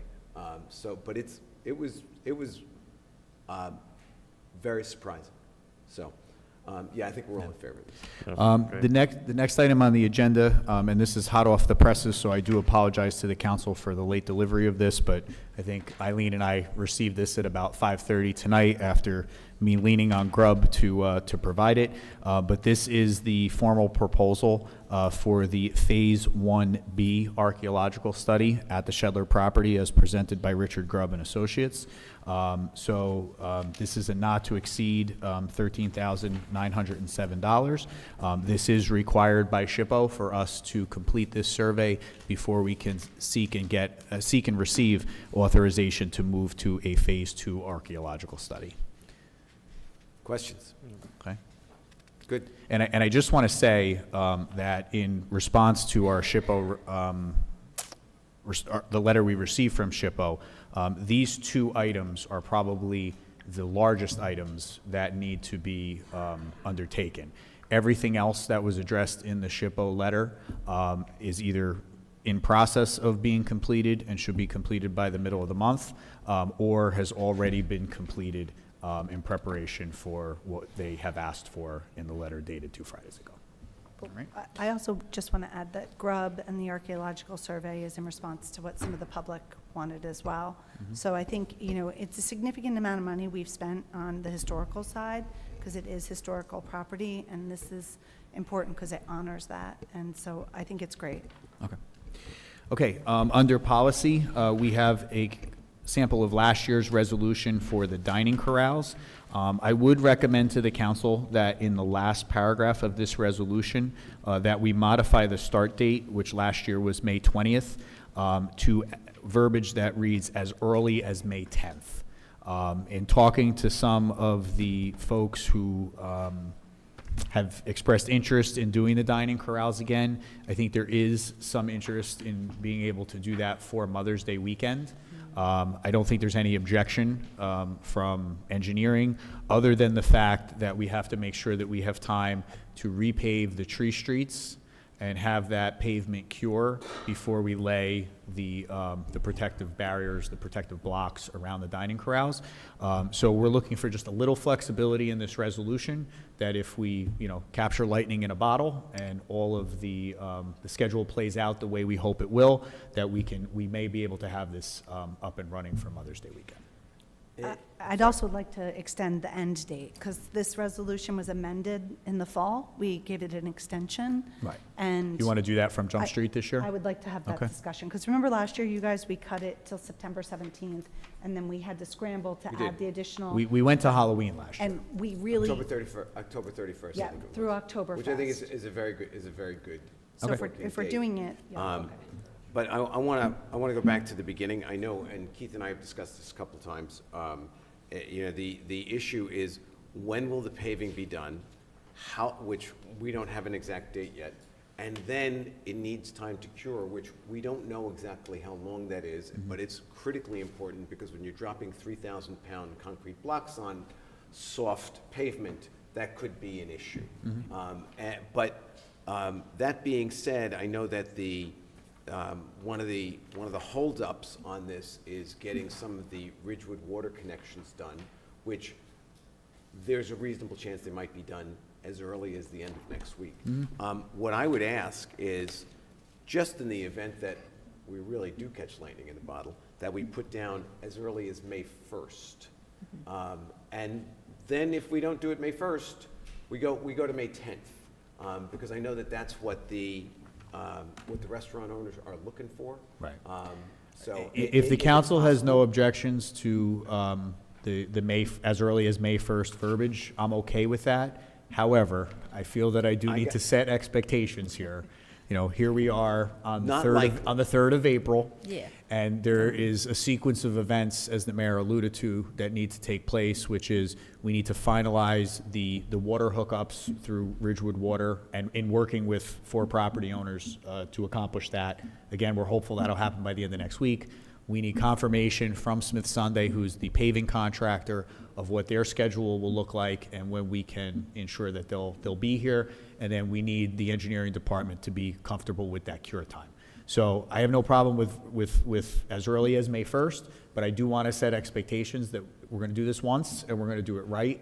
And we want to make sure that the sequence of events plays out to protect the investment in paving the roads. And the last thing that we want to do is rush this, so that when we pick these blocks up at the end of October, we have a form for where they went. Just setting expectations, Mayor. I'm completely with you. Like I said, just saying, in the event it works out. So, Okay. And it's going to be your call at the end of the day when they actually go down. Okay. So Eileen, we're going to go as early as May 1st through October 31st of '24. I have a question. Sure. Because it says pedestrian plaza and dining corrals. It's last year's. So we're Right. crossing out Yes, that's all. pedestrian Yeah, plaza? anything that doesn't apply to this year, including the reference to the plaza, that'll come out. Okay. And is there any kind of, the dining corrals on East Ridgewood Avenue, for me, have always been so tight, when cars are going down. Anybody who wants to do a dining corral will be allowed to do a dining corral? Is that how? As long as they make the application through the building department, yes. And I will tell you that we are kicking around the idea of doing a pilot program with maybe 1 or 2 restaurants who volunteer to be part of it in the downtown, to move to a bollard system rather than the concrete blocks. Obviously, they have to be able to be of safety grade, that the engineering department and the police department are comfortable that they would be able to provide adequate protection. But there are some very, very sleek decorative bollards. You can see them, if you go to a convenience store, they sometimes have them at the end of the parking lot area. That would be more decorative, and assuming that it's cost effective, for the village to invest in those and then come up with a program where the restaurant that would then reimburse the village so that they would all be uniform, but the restaurant owner would be the one making the investment. We're still putting the finishing touches on a concept like that, but we may try to do it as a pilot program for this summer. How strong would the bollards be? They have to be of safety grade. They would have to protect anyone inside the bollard protective area that would, from a vehicle that would be going upward of 30 miles an hour. That's what the chief and the engineer would recommend. Well, actually, I know I was in one of those meetings, and what I know what was discussed was that 30-mile-per-hour bollards were exorbitantly expensive. Right. And that what was remember that. yeah, what was discussed was first to your point about the narrowing of the roadway.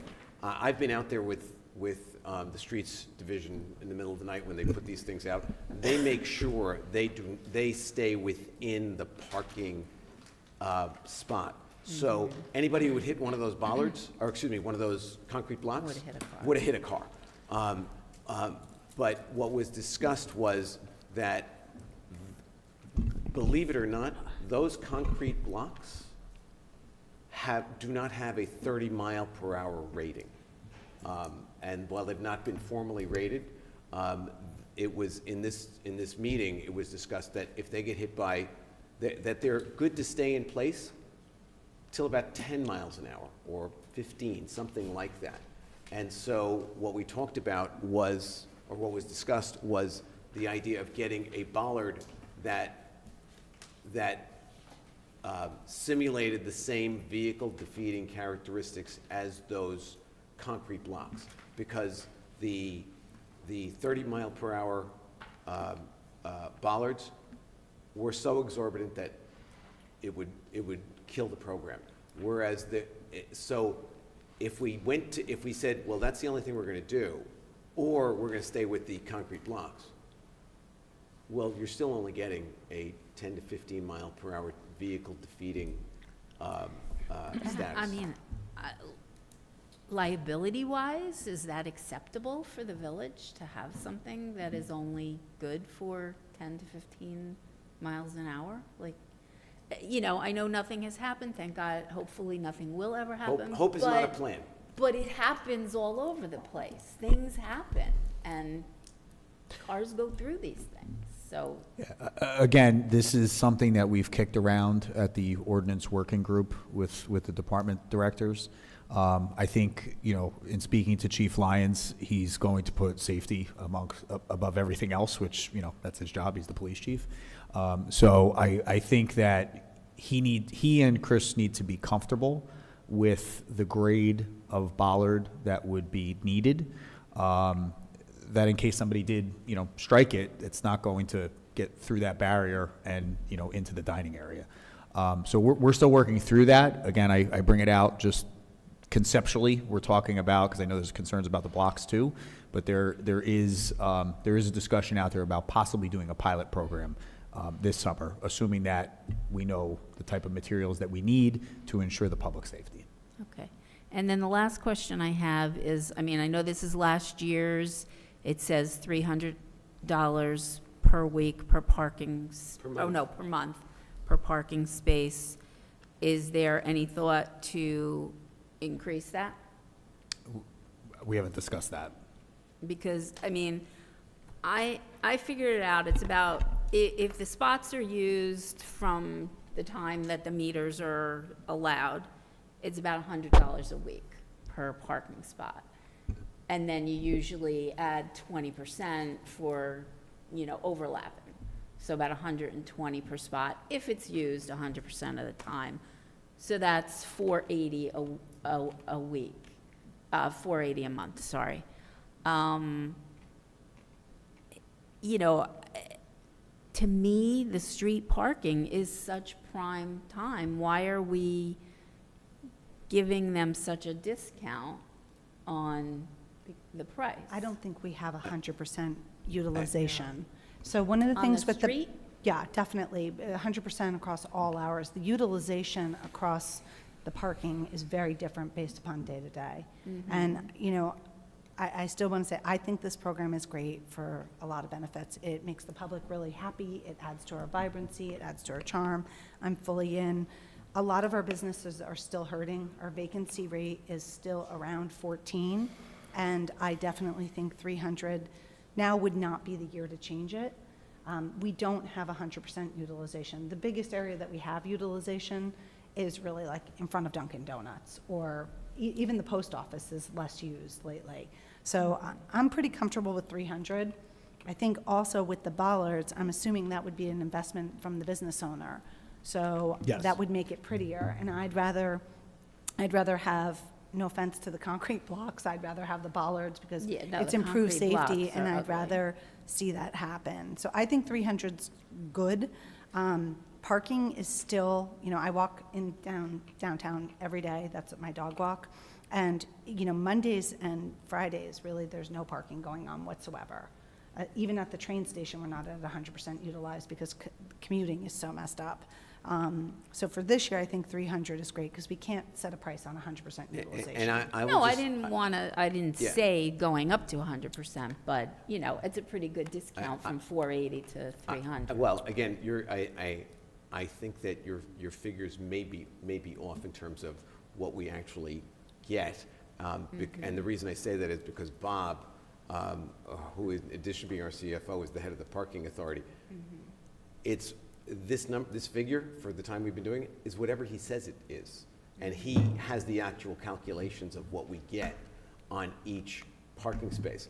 Trust me when I tell you, Bob doesn't want to lose any money on any spaces. Right. But that would certainly be a question for Bob before we sit here and speculate, well, we get 480, we get 360, we get, and start from that number, whatever it is that Bob has, because he actually knows what comes in. Fair enough. Okay? And he'll be at the public meeting next week, because we'll be proposing the adoption of the budget. And don't you add 3% each year? And I'm sure that Bob makes that calculation. Well, I'm saying this didn't change, unless Bob is thinking it's going to change. This is last year's thing. So has anybody spoken with Bob about this There's number? been no discussion about changing the price. I will say, from the year before, it went up $50. Okay. It was $250 the year before, and Bob said, you know what, we should be getting 300. Okay. Fine. So again, that is So let's ask him. absolutely a Yeah, question let's for Bob. ask him. Next. And lastly, lastly under policy, we have amend Chapter 190 of the code, land use development. This governs blade signs. John Barry did a good job. It's pretty well delineated what the adds and deletes are on the potential blade side ordinance. I know that this has been shared with both the Chamber of Commerce and the Guild, and I think it was also spoken about at CBDAC, right? No, because CBDAC hasn't met yet, and so I haven't gotten their input yet. But I really think this will beautify our town. Yeah, I agree. This really makes blade signs worthwhile for the merchants. They were just too small before. So this larger size really, I think, will enliven our central business district, though I do have some grammatical. And it's the same thing. It's the same thing. It's the relative pronouns. People think that and which can be used interchangeably. They cannot. This is the issue of our time right here, Pam. The So use of I just pronouns. I am gonna, when we talk about ordinances, I'm not gonna keep quiet about this because it looks And you shouldn't. stupid. You shouldn't. And we support you. And I see the U.S. Supreme Court doesn't know the difference between which and that. One of these days I'll explain it to you, but I'll give my corrections to Eileen. And I want to say, so Historical Preservation Committee has also spent a lot of time discussing blade signs. I've looked through this. I like this a lot. I think they do as well. So thank you for putting together something that I think both will look nice, but also give some of our incoming businesses guidelines for what they can and can't do. And many thanks to Glenn Carlo from Steel Wheel, who's the president of the Chamber of Commerce, who is the architect of the changes on this. So, and he's had a lot of input and a lot of feedback and all that, but he spent a lot of time putting this together. So thanks, Glenn. And I do want to add that when we met with the new businesses as to how to streamline new businesses opening, blade sign was a serious point of discussion down by Home. where the old Orange Leaf used to be. They have a wonderful example of a beautiful blade sign if people want to see what it is. Okay, and lastly, under operations, we have a memorandum from Chris for proposed stop signs at the intersection of Windermere and approaching Pershing Avenue. This was in response to some correspondence that Chris received from Sergeant Torino at approaching that intersection. That intersection is actually off-centered, so the sight lines on Windermere approaching Pershing are not optimal. Traffic safety would be improved by upgrading the yield signs to stop signs, and both engineering and the police department are making that recommendation. So it's not a four-way stop? No. Oh, no. Okay, it's just two-way stop. Yeah, there's photos in the back that illustrate the current yield sign arrangement. I'm confused. Are there 2 yield signs there now or 3? I think there's 3. I believe there's 3. There's 3. It's more when you're coming on the downward, like the back way for the cut-through. So if you're coming down Windermere from, say, Pleasant, Yep. is there going to be a stop sign there? I believe that's the corner going that way, Lorraine, as you turn right on Pershing. So That's going to be very strange. I don't know. Because I mean, I take that all the time. Right. I wanted to drive past there today to see, but I didn't have a chance. I mean, I can certainly see coming out of the dead end of Windermere, coming up to the corner where Pershing is, yes, there needs to be a stop sign there. Coming out of Pershing, the short side of Pershing, going towards that corner, stop sign there, yes. But if you're coming down the hill, I don't know. I think there's going to be accidents there. I'm going to drive past it tomorrow and see. And if there are 3 yield signs, that'll be 3 stop signs or just 2. Yeah, so. 2 makes sense to me, 3 do not. So that people on Pershing don't have to stop either way? If you're coming from Pershing, the long end of Pershing, and going up Windermere, I don't think you should have to stop. And coming down Windermere and going to the long end of Pershing, I don't think you have to stop. I think it's coming from the 2 short ends of Pershing and Windermere where there should be the stop, and look and see if there's anybody coming. I mean, Lorraine, in the outside picture, you can see the 3 triangles. You know, if you look at the one and then look the other way. I mean, and if the police are recommending it, I think we should. I mean, I do know. I know. I would like to see if there have been accidents there. This is the same one on the left. I do These two not are the same. recall if,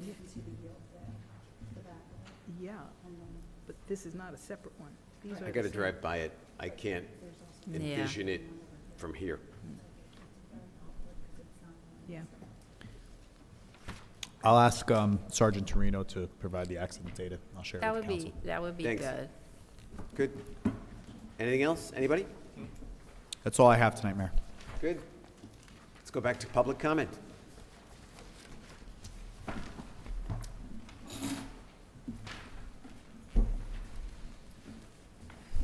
Good evening again, Mayor and Council. Boyd A. Loving, 342 South Irving Street. I'd like to thank the manager for responding to my comments concerning the taxi stand, and also to the council for addressing some of the comments that I had. I do have just a few more.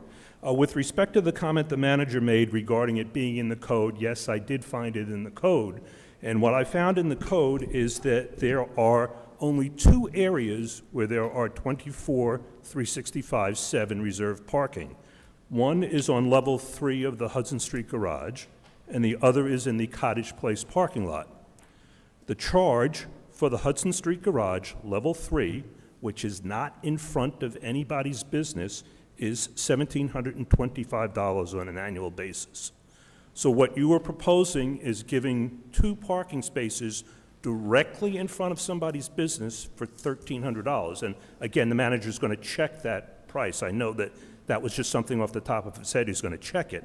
But my position is that that's giving the store away. These spaces are going to be right in front of the person's business. You charge him $17.25 to walk down the street to the Hudson Street Garage, but you're only going to charge him $1,300 to park right in front of his business. It doesn't make sense to me unless this is trucks that he wants to park. Obviously, trucks can't get into the Hudson Street Garage, depending upon the size of the trucks. But again, based upon what I saw, this is an office. I don't understand what materials are going to be loaded, which is another point that I have, is that you're going to charge him for the square footage where he or she is going to park their vehicles, but there is no charge for the loading zone? The loading zone is also in a primary area where there are restaurants and shops. Again, to me, it's giving away the store. If you're going to charge the company for the square footage in which they're going to park vehicles, you also need to charge for the loading zone. And again, I kind of dispute the need for a loading zone if this is an office area. So again, I thank you for addressing the comments. Thank you for putting this off until the next work session, but I think that there are still a number of questions that need to be answered on this, with particularly the amount of money. This is a taxpayer-owned building. Taxpayers want to get as much out of this as they can. If you're charging them $1,700 to park down the street, why would you charge less to park in front of the business? Thank you very much. Thank you, Boyd. Anyone else from the audience?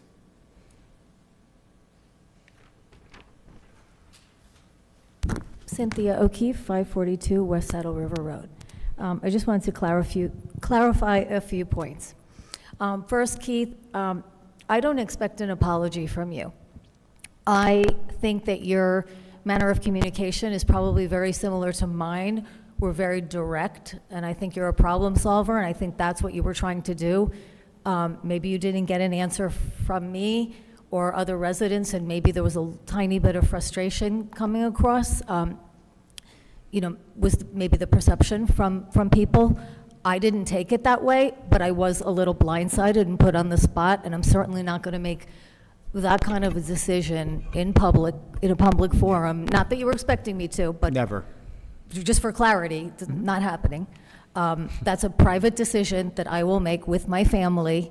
I will not have the screws turned on me to make that decision.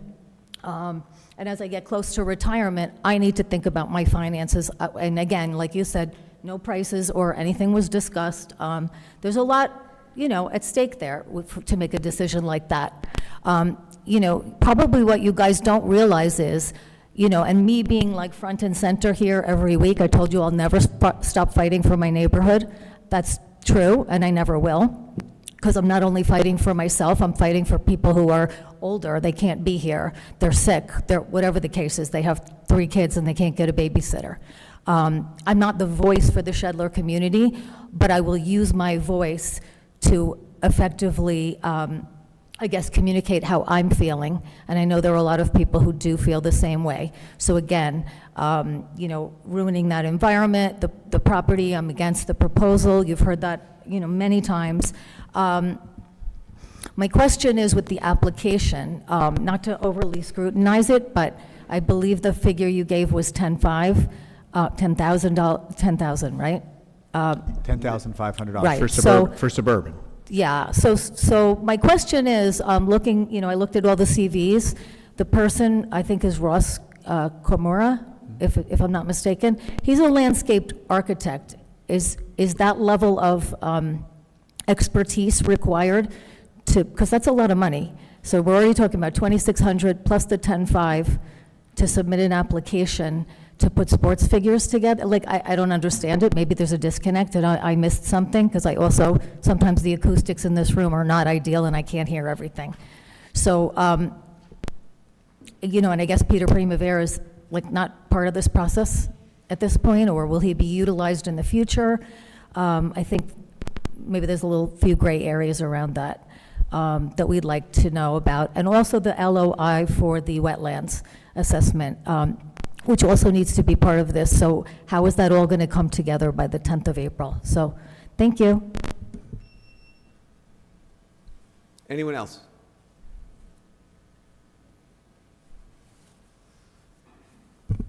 Christina Millian, 530 West Saddle River Road.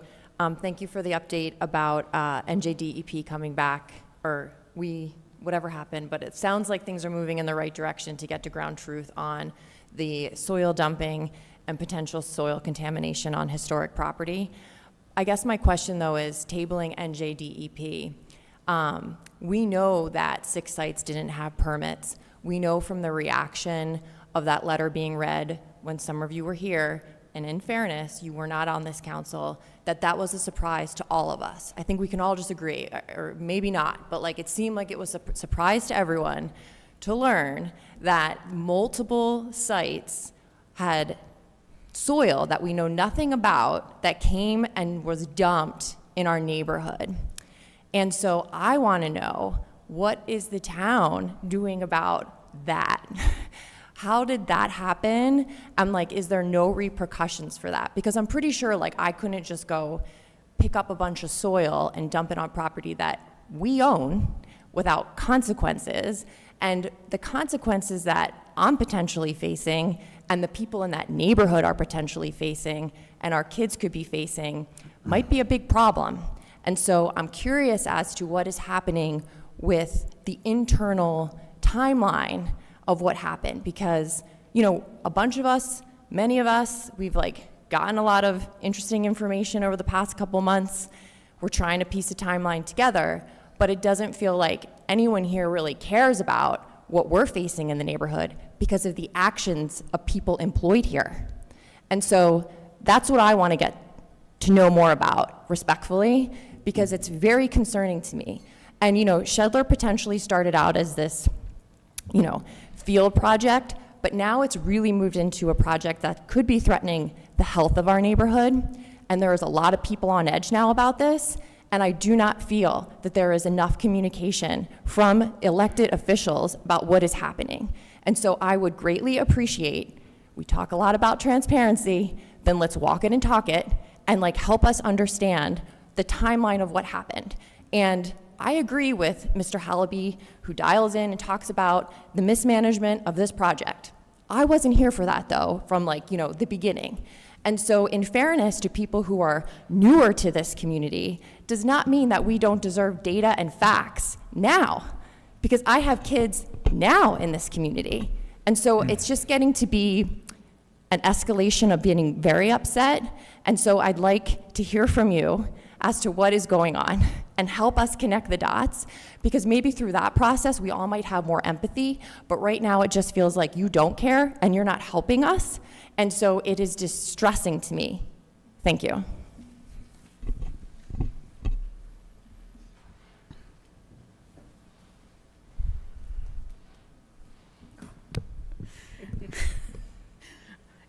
Oh, sorry, I didn't mean to laugh.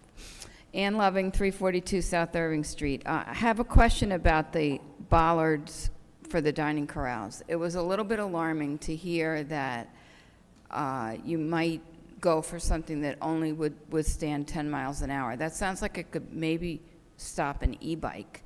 I really agree with Councilwoman Reynolds that I think there might be a liability if you know that it's only going to stop 10 miles an hour. 10 miles an hour is really slow. Even when you're going on a busy central business district street, I think many people are going more than 10 miles an hour. And I guess as this discussion moves forward, we'll see more maybe diagrams of this, but bollards, to my understanding, are like cylindrical, you know, cones that are, I guess, cemented into the ground somehow, like somebody said outside of convenience stores. Those are permanent. Now, the ones that we would be getting, I don't think would be permanent. So I really encourage you to reconsider the 10 mile an hour and go for the 30 mile an hour, which I think, I mean, nothing has happened, as thank God, but if you know, then you know. And if you know that they're only going to stop 10 miles an hour, I think it would be really tough to agree to that. Thank you. Thank you, Ann. Anyone else? No? We'll go to our hybrid access. Rurik, you're up. Yeah, Rorick Hallaby, 1 Franklin Avenue. Now, if Lorraine Reynolds did vote with the four of you to restore the hybrid format, then Lorraine, I do owe you an apology. My memory isn't perfect and I haven't been to every meeting, but I do remember the highly melodramatic vote you cast taking away hybrid when you talk about, restoring normalcy, et cetera. So if you did vote along with the four good guys, I'll make you a good guy. I do apologize to you, and thanks to all five of you for restoring the hybrid format. The one thing also, excuse me, going back to the turf versus grass, nothing in life is true. Everything in life is shades of gray. It isn't red light, green light. It isn't like one is safe, one is unsafe, period. There are so many pluses and minuses to both. And if you can have a artificial turf field that gets used on and on and on, which might be scaring some of the neighbors, because the park will be used by many, many people, more so than if it was a grass field, if you will. But then you have people, young kids who are off their iPads and their tablets. Then you have adults who are participating in sports. Everyone is much healthier for that. I don't like it when people like the Sierra Club. Sierra Club is a great organization, but I'm sorry, just because they say something, it isn't like what they say is basically perfect, and we should just bow and accept it, if you will.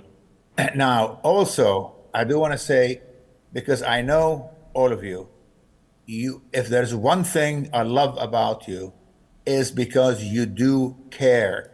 What you have done in the last 12, 13 months is just amazing as far as restoring decency to the debate, to the discussion, as far as the efficiency of what you do. So you do care, and I want to thank you on behalf of the village for people who do care. Yes, you do care. Yes, you do care. Thank you very much. Thank you, Rurik. Susan, you're up.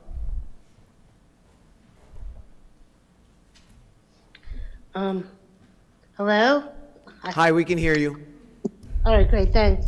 Susan Ruan, 705 Kingsbridge Lane. I want to begin by thanking you for expediting the footbridge. I know, although it's been closed for 3 years, it feels like it's finally, there's a light at the end of the tunnel. I also just want to follow up in regard to the U.S. Army Corps of Engineers. I saw the post on Facebook regarding that. When will more information be sent out to residents about the meetings, etc., for people and stuff, and what they'll be doing, if they'll be touring the area and stuff. The next is I want to piggyback off Christine about the soil pollution, contamination. That affects everyone. And we do have runoff from Shedler that comes down to the river and then goes down. So that might be a bigger problem than just, an isolated up at the field. So to find out where that contamination is going is also highly important. And lastly, this is just completely different from the neighborhood, and it's for parking. And my son is on the autism spectrum, and he attends the 18 to 21 program in Ridgewood, which is at West, what is it? It's at, what's that called? Leo, can you help West me? Bergen Mental Health? It's at Park West. It's in the Park West building. And parking around there is sometimes very challenging, especially picking up. He attends it in the morning, and he's higher functioning. But there are kids in his program that are nonverbal, that need the buses to come and pick them up straight from the door. And today we went out and I was waiting for him at 3 o'clock. Today he stays till 3. And I watched these buses just circle around because they're scared to get parking tickets. And they're always reprimanded by the parking agent to not park in certain spots. But there's no designated spots for them to park. And I don't know how to rectify that because, again, this is an 18 to 21 program. We're talking about safe sidewalks. We're talking about safety for students. And these are students that do need like an aide to walk them to the car, an aide with them constantly. And so I don't know how to rectify that. I know when the corrals go up, the parking spots are even going to become more limited. And these students are still in need of safety for transportation. So that was just pretty much it. Thank you. Thank you, Susan. Patricia, you're up.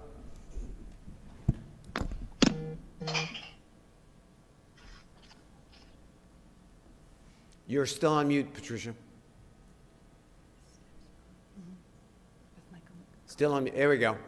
Okay, thank you so much. I'm the executive director of a national environmental health nonprofit. We're based in New York, in Port Washington. And my expertise is in synthetic turf and the existing robust body of science as And well as... Patricia, forgive me, we'll need an address. Yes, 21 Prospect Avenue, Port Washington, New York. Thank you. Yep. As I said, my expertise is in synthetic turf and the existing robust body of science as well as the emerging and ongoing research on this issue. But in the interest of moving quickly through my comments, I will just review the scientifically supported impacts to human health and the environment. But I wanted to make a quick comment about Ridgewood.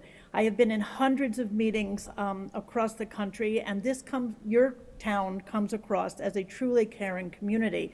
I especially like the comments from Evan White's describing the positive outcomes from listening to each other, and Ms. Winograd's comments on caring for wildlife and the value of trees. And I just hope that I can make your decision-making a little bit easier with your eyes wide open on this issue. Because there's so much to cover, I'm going to go just very quickly and just give you the issues. Most synthetic turf fields are infilled with crumb rubber. This is the choice because of its cheapness and its cushioning ability. But the chemical composition of rubber tires, and of course in every football-sized field you have about 40,000 tires that have been shredded. And there have been higher than unusual cases of lymphoma and leukemia among young athletes using synthetic turf fields, especially soccer goalies, and that is ongoing research right now by some of our federal health agencies.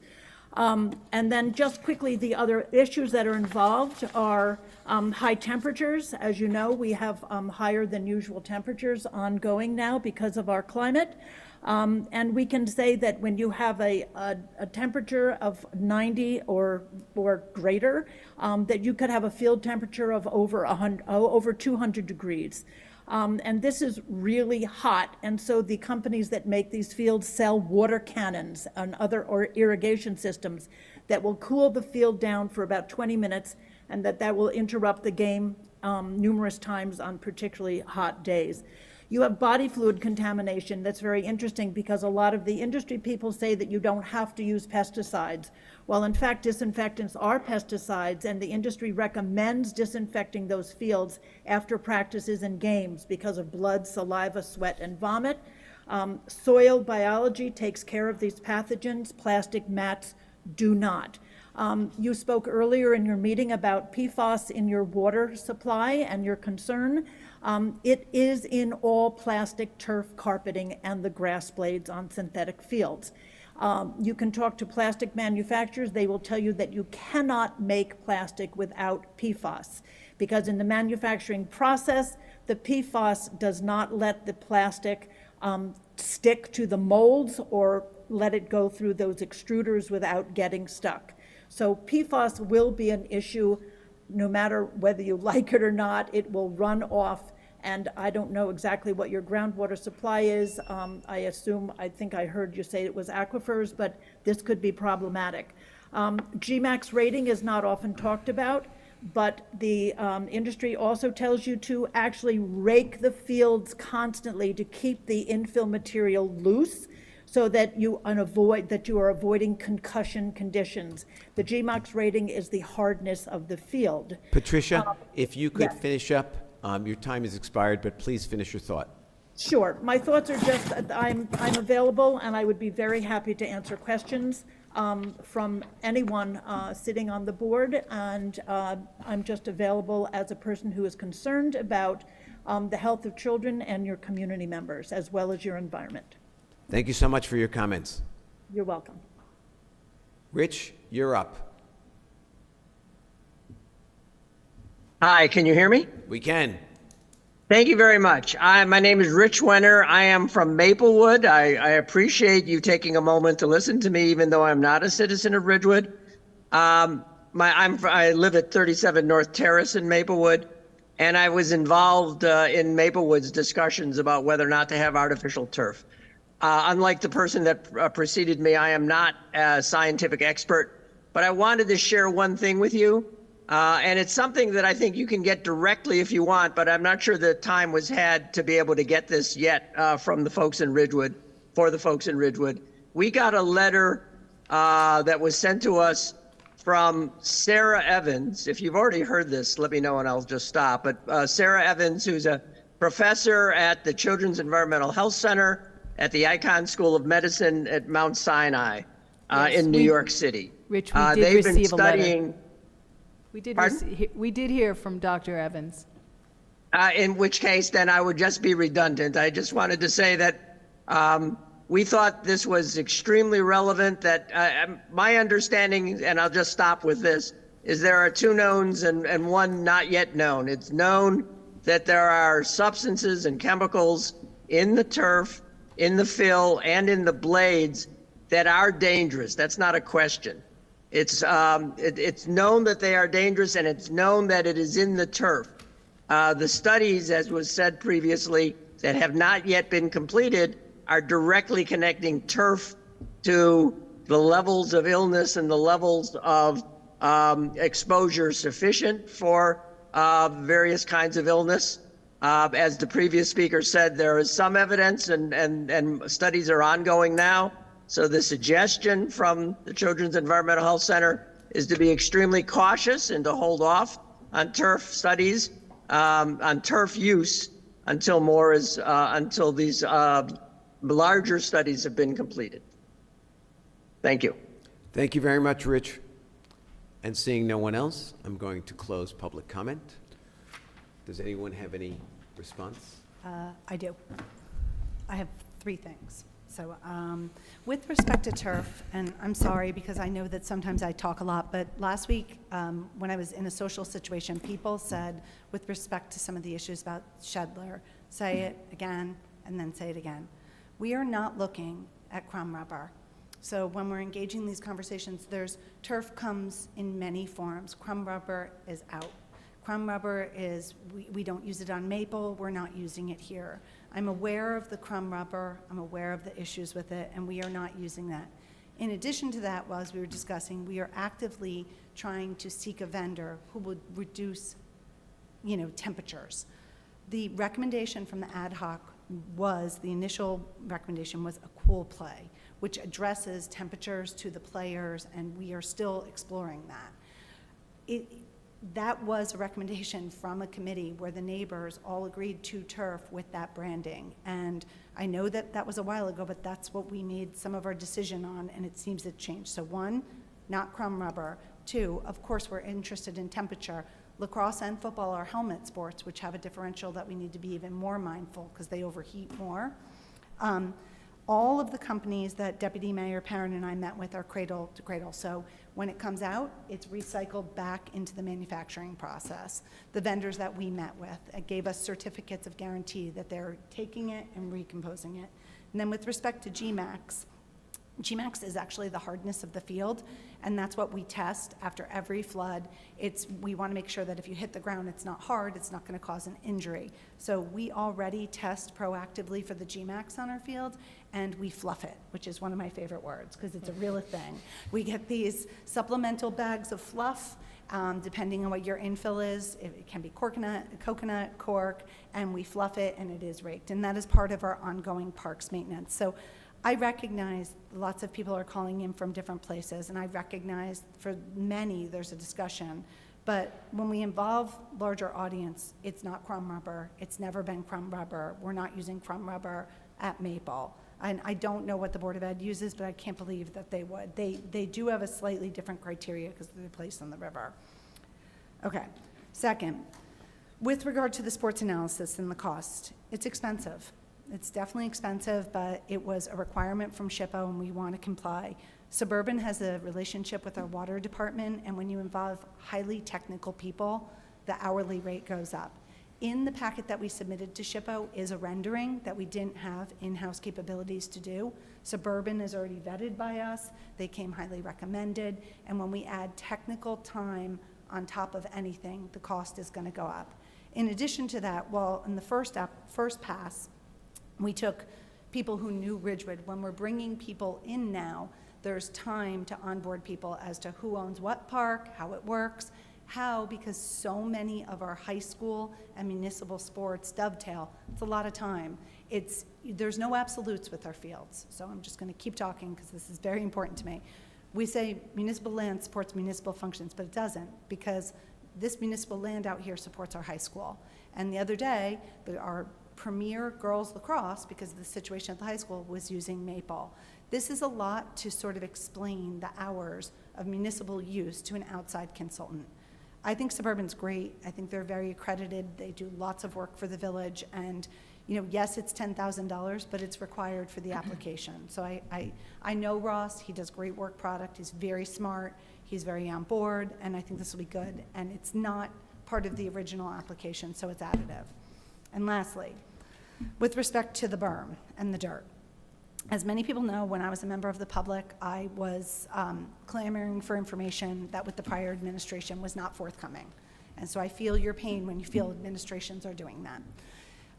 The berm happened during a time period where the historical declaration was not publicly known. I did not know about the multiple sources. The berm happened at a point when the historical declaration was not known. That actually happened, and that's why SHPO didn't have oversight over the berm. In addition to that, when I found out about this, when I took my seat, that the berm's dirt, not the 6 sources, I recommended that we do a resolution to receive the in-kind gift. To Keith's point, that's the best business practice. That's at the same point that we disclosed that a check had been blindly submitted without a resolution. At that point, they didn't feel that we needed to do that, and that resolution did not occur. Looking at the finances, I agree with Keith. Any in-kind donation should be noted. Had I been on the council, I would have.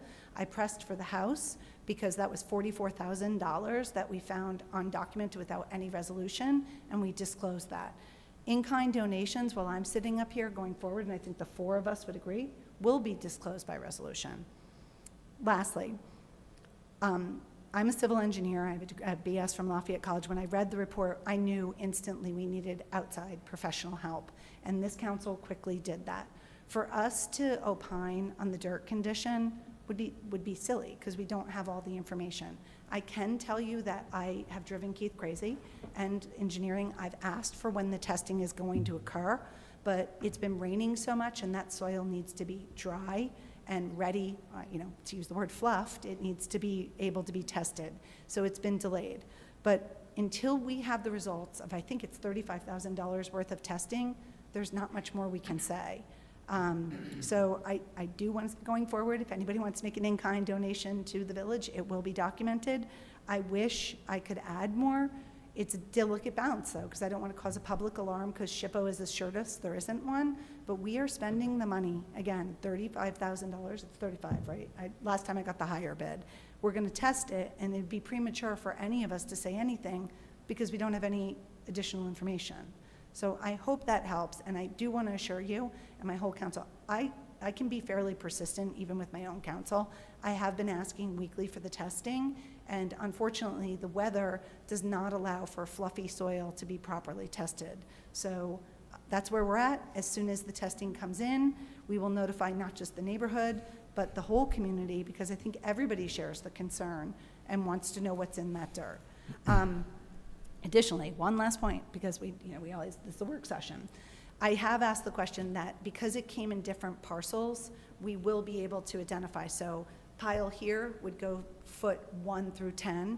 Pile here is 10 through 20. So if you have 6 different piles, and God forbid one of them is contaminated, we'll be able to find the linear location for the placement. So I have asked those questions. We don't talk about it here, but I assure you I am a question asker, that I am persistent with my own counsel. You can all nod your heads. And I think everybody else has asked this, but until that result comes back, for us to say anything about the condition of the dirt would be improper.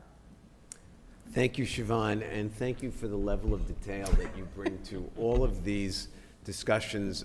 Anyone who questions your knowledge of anything that you're opining on does so at their own peril, and I will confirm that her persistence is persistent, and we'll leave it at that. Anybody else? Yes. I am interested in the caller who said that you cannot make plastic without PFAS. I have suspected that, but I haven't seen proof of it anywhere. If you could send it to me, I'd really like to read it. My email address is pperron@ridgewoodnj.net. When Councilwoman Winograd and I were interviewing the various artificial turf manufacturers, and they were making their pitch to us, they were all aware of the PFAS issue. And they told us that they would not use PFAS as an ingredient in their various layers of the artificial turf. I don't know where that leaves us if they're still using it in extrusion. But so that's what brings me to being curious about you cannot make plastics without PFAS. So I am interested in whatever evidence anyone has on that. I'm also interested in that too, because everyone who's got a plastic water bottle here, and if it's not plastic, at least the mouthpiece is plastic. And so I'm wondering where the distinction is, or if there's a distinction, because we have plastic glasses and plastic plates and plastic forks and knives, and so I'm just wondering if we, where do we draw the line here? Well, I can tell you where I draw the line. As an elected official, I don't want to add to my constituents' burden of ill health. And so that's just where I draw the line. Anybody else? Yeah, before we get into a whole debate, because Pam's going to echo this, we have asked the turf vendors for statements assuring us there are no PFAS, and to the vendor statement, they have said we can't do that because it's a prevalent everywhere. It's in all these other things. So I just want to be clear that why we met with the vendors, because that was like a little bit, none of them have given us that assurance, because we would let the public know and we'd be suspect to a sale pitch that could certify that, but we are asking those questions and no one's misled us, and we have followed up. We've involved legal, because I want this to be a workshop, and we all do have these discussions. No vendor has certified that for us. They have certified the fill, which is coconut, and those are the blends that we brought, but clearly that we understand what the carpet is made from. I think there's just a difference in the fill. I just have something. I just want to go back to the residents' question about where all of this soil came from. I mean, I think it's understood that it hasn't been tested yet. We can't tell them anything, but I think it would be good to know, do we know Yeah, where, we know the 6 locations. Yeah, 6 well- physical locations. Right, And but do we know how that happened, on what dates were Yeah, each? there are testing reports which have been provided to the members of the public upon request. They were Oprah requested. We also voluntarily shared them with folks who were asking questions. There was a series of tests done to the soil that was brought on the site. There was a recent residential complaint to the DEP about the establishment of the berm, which brought them in to look at those test results. And they have now decided that they are not at the standard that they would need to be for the establishment of the berm. So we're now going back to retest, because there's a baseline. All that testing has been provided to Tom Farrell at the DEP. They're now saying that based on that, there needs to be additional testing. And that's the undertaking that I believe I have a letter in my email box with a conditional approval for us to begin that process. Right, I understand all that. What I'm getting at is, as it was said, I think we were all surprised that soil came from 6 different locations. So like, was there anybody in the village that knew that that soil came from 6 different locations? Well, the village, and how that happened? The village required the testing. And members of the prior council did know from some of the emails when I pressed the issue. And let me just jump in here. So all the soil that came on the property was tested, correct? Yes. So There was no illegal? There was illegal soil dumping, and we pulled the police report, so that is actually not true. All of the soil that Are was we- removed, are we all aware the of soil illegal that, dumping? all the soil that was removed from the various locations to establish the berm was tested before it was brought to the site. As far as illegal testing, illegal dumping and things of that nature, that's a separate issue. What Tom Farrell was presented with at the DEP were the test results that those test results were provided to the village before that dirt was transported to the site. But was there illegal dumping? There are police reports that indicate that there was some level of illegal dumping, but again, that's a separate issue. Excuse me? It's a separate issue from what the village condoned and approved to have happened when the dirt was brought from those other identified locations. Do And again, we- I'm not here to defend what happened in the past. I inherited this like you did. No, I know, I'm just So- trying to get to the bottom. So for the part that was illegal, do we know where that pile is? And will that be tested? The only thing that I have had any information provided to me on is the police reports that were provided there. After the last meeting, a resident came up, so the berm, and I'm not here to defend this because I wish someone had told me when I was a member of the public, and I do want to say, because I know there was a timing issue, at least from my perspective as a citizen, the property hadn't yet been declared to the public. So when I called SHPO and the berm soil was there, I believe nobody knew that SHPO needed to be involved with that soil. Because it Just going- predated the listing on the registry. Right, like it was 2018-ish. That being said, the berm and the soil from my read, this is just my read, because I read everything they gave me because I was surprised. There's 6 sites, it's linearly located into the berm. Like I said, pile 1 here, blah, blah, blah. That's gonna be retested if it ever stops raining, and let's all hope it stops raining soon. The illegal dumping, that was brought to my attention when a resident said there had been an Oprah report, and the next day, I asked for the results of that report. We were all here because I was surprised about that. I don't want to interfere with the police investigation. I get nervous with that. I was given information from the police department, and I believe subsequent Oprahs were filed after that. I didn't find the original one. So there was. I don't want to make anybody alarmed. I don't call the police because that's not my purview, but you can ask for that information and see it. It wasn't dumped in the berm, from what I've been told. But it is on the property? I don't want to say too much. You can look, I got a result of the police report, and I think you guys can all get that. I was unaware of any of this until it came out, and I was unaware of the police issue until we had that meeting, and the only reason I know more is, again, persistent. The next day, I was like, can I see a copy of that? I think I heard something, but really tonight Okay, yeah, me was where too. it hit home. Me too. Okay, anybody else? I have a couple things, Mayor. First of all, to Mr. Loving, obviously this issue with the taxi stand parking space is going to get carried over to a subsequent work meeting. We'll certainly review that and come back with any other recommendations as to cost, and then we probably will need to establish what the cost will be prospectively, although I need some time to revisit the code. To Ms. O'Keefe, the application for Shedler is obviously progressing. Mr. Primavera was retained as our historical consultant.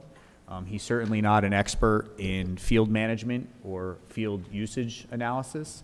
The representative from Suburban has done this type of work before, and he's been assigned by the hierarchy at Suburban to undertake this. Suburban has done field analysis for other municipalities in the past, and as Councilmember Winograd indicated, and I think this is one of the complexities of this in Ridgewood, is that the Board of Education and the village share so many facilities when it comes to athletics that there's a lot of cross-pollination, more so than most municipalities that I'm familiar with. So there is a learning curve on this, so that the consultant can reduce to paper this analysis of field usage.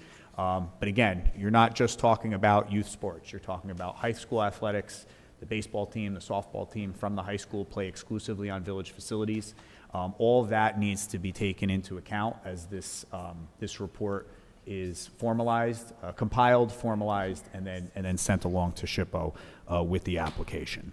Ms. Millian, as the council indicated, I was as surprised as anybody about the letter that we received late last year from the DEP. I believe in talking to the employees here that the testing that was done, they deemed to have been adequate. I take them at their word. I can tell you that I pondered conducting an extensive investigation about this. However, when it comes to the Shedler property, there are a lot of areas that I have pondered an extensive investigation. I mean, the fact is my predecessor was not aware that the property was filed to be deemed and ultimately deemed historic until after it happened. So again, I'm not looking to revisit the past here. I can have my staff and utilize my time to either, work a path forward to try to come up with solutions to these challenges that we face here in the village, including things pertaining to Shedler, or, I can spend staff time and utilize my time to go back and try to piece things together that at the end of the day are not really going to change the path forward. So, I mean, that's a management decision that I have to make. I will tell you that if I thought that there was any type of illegal, unethical, or immoral behavior, I would immediately look into it and maybe even work with outside resources to conduct that type of investigation, because that's just who I am. I don't believe that anything illegal happened here. I don't also believe that the process was completely transparent back then. But we have to move forward. We have to get this soil testing done. We have to get the DEP's approval for Matrix to conduct that soil testing. I pledge to you tonight that it will be thorough and complete, and whatever the DEP asks for, they will get, just like they are going to get in response to the Shedler application response letter that we talked about at last week's council meeting. What I can say with certainty, and the mayor will back me up on this because he was on the call with Tom Farrell, there is not a health concern on the Shedler property as we stand today. So if someone goes on there to walk their dog or look at the window at the house or whatever the public would go on that property for, there is not a health concern in the eyes of the DEP. What we are talking about here are standards, very technical and complex standards that in most cases I will not pretend to fully understand. That's why we have professional staff to do these things and consultants like Matrix to conduct the soil testing. But we have standards that are in exceedance. Now that does not trigger a public health concern. And I want to make that clear to everyone out there, that exceeding DEP standards does not create an immediate health concern. So I just want that to be clear to everyone, because I don't want any type of fear-mongering or concerns about, people who are walking their dog along West Saddle River Road to feel that they're putting them or their family in any type of jeopardy.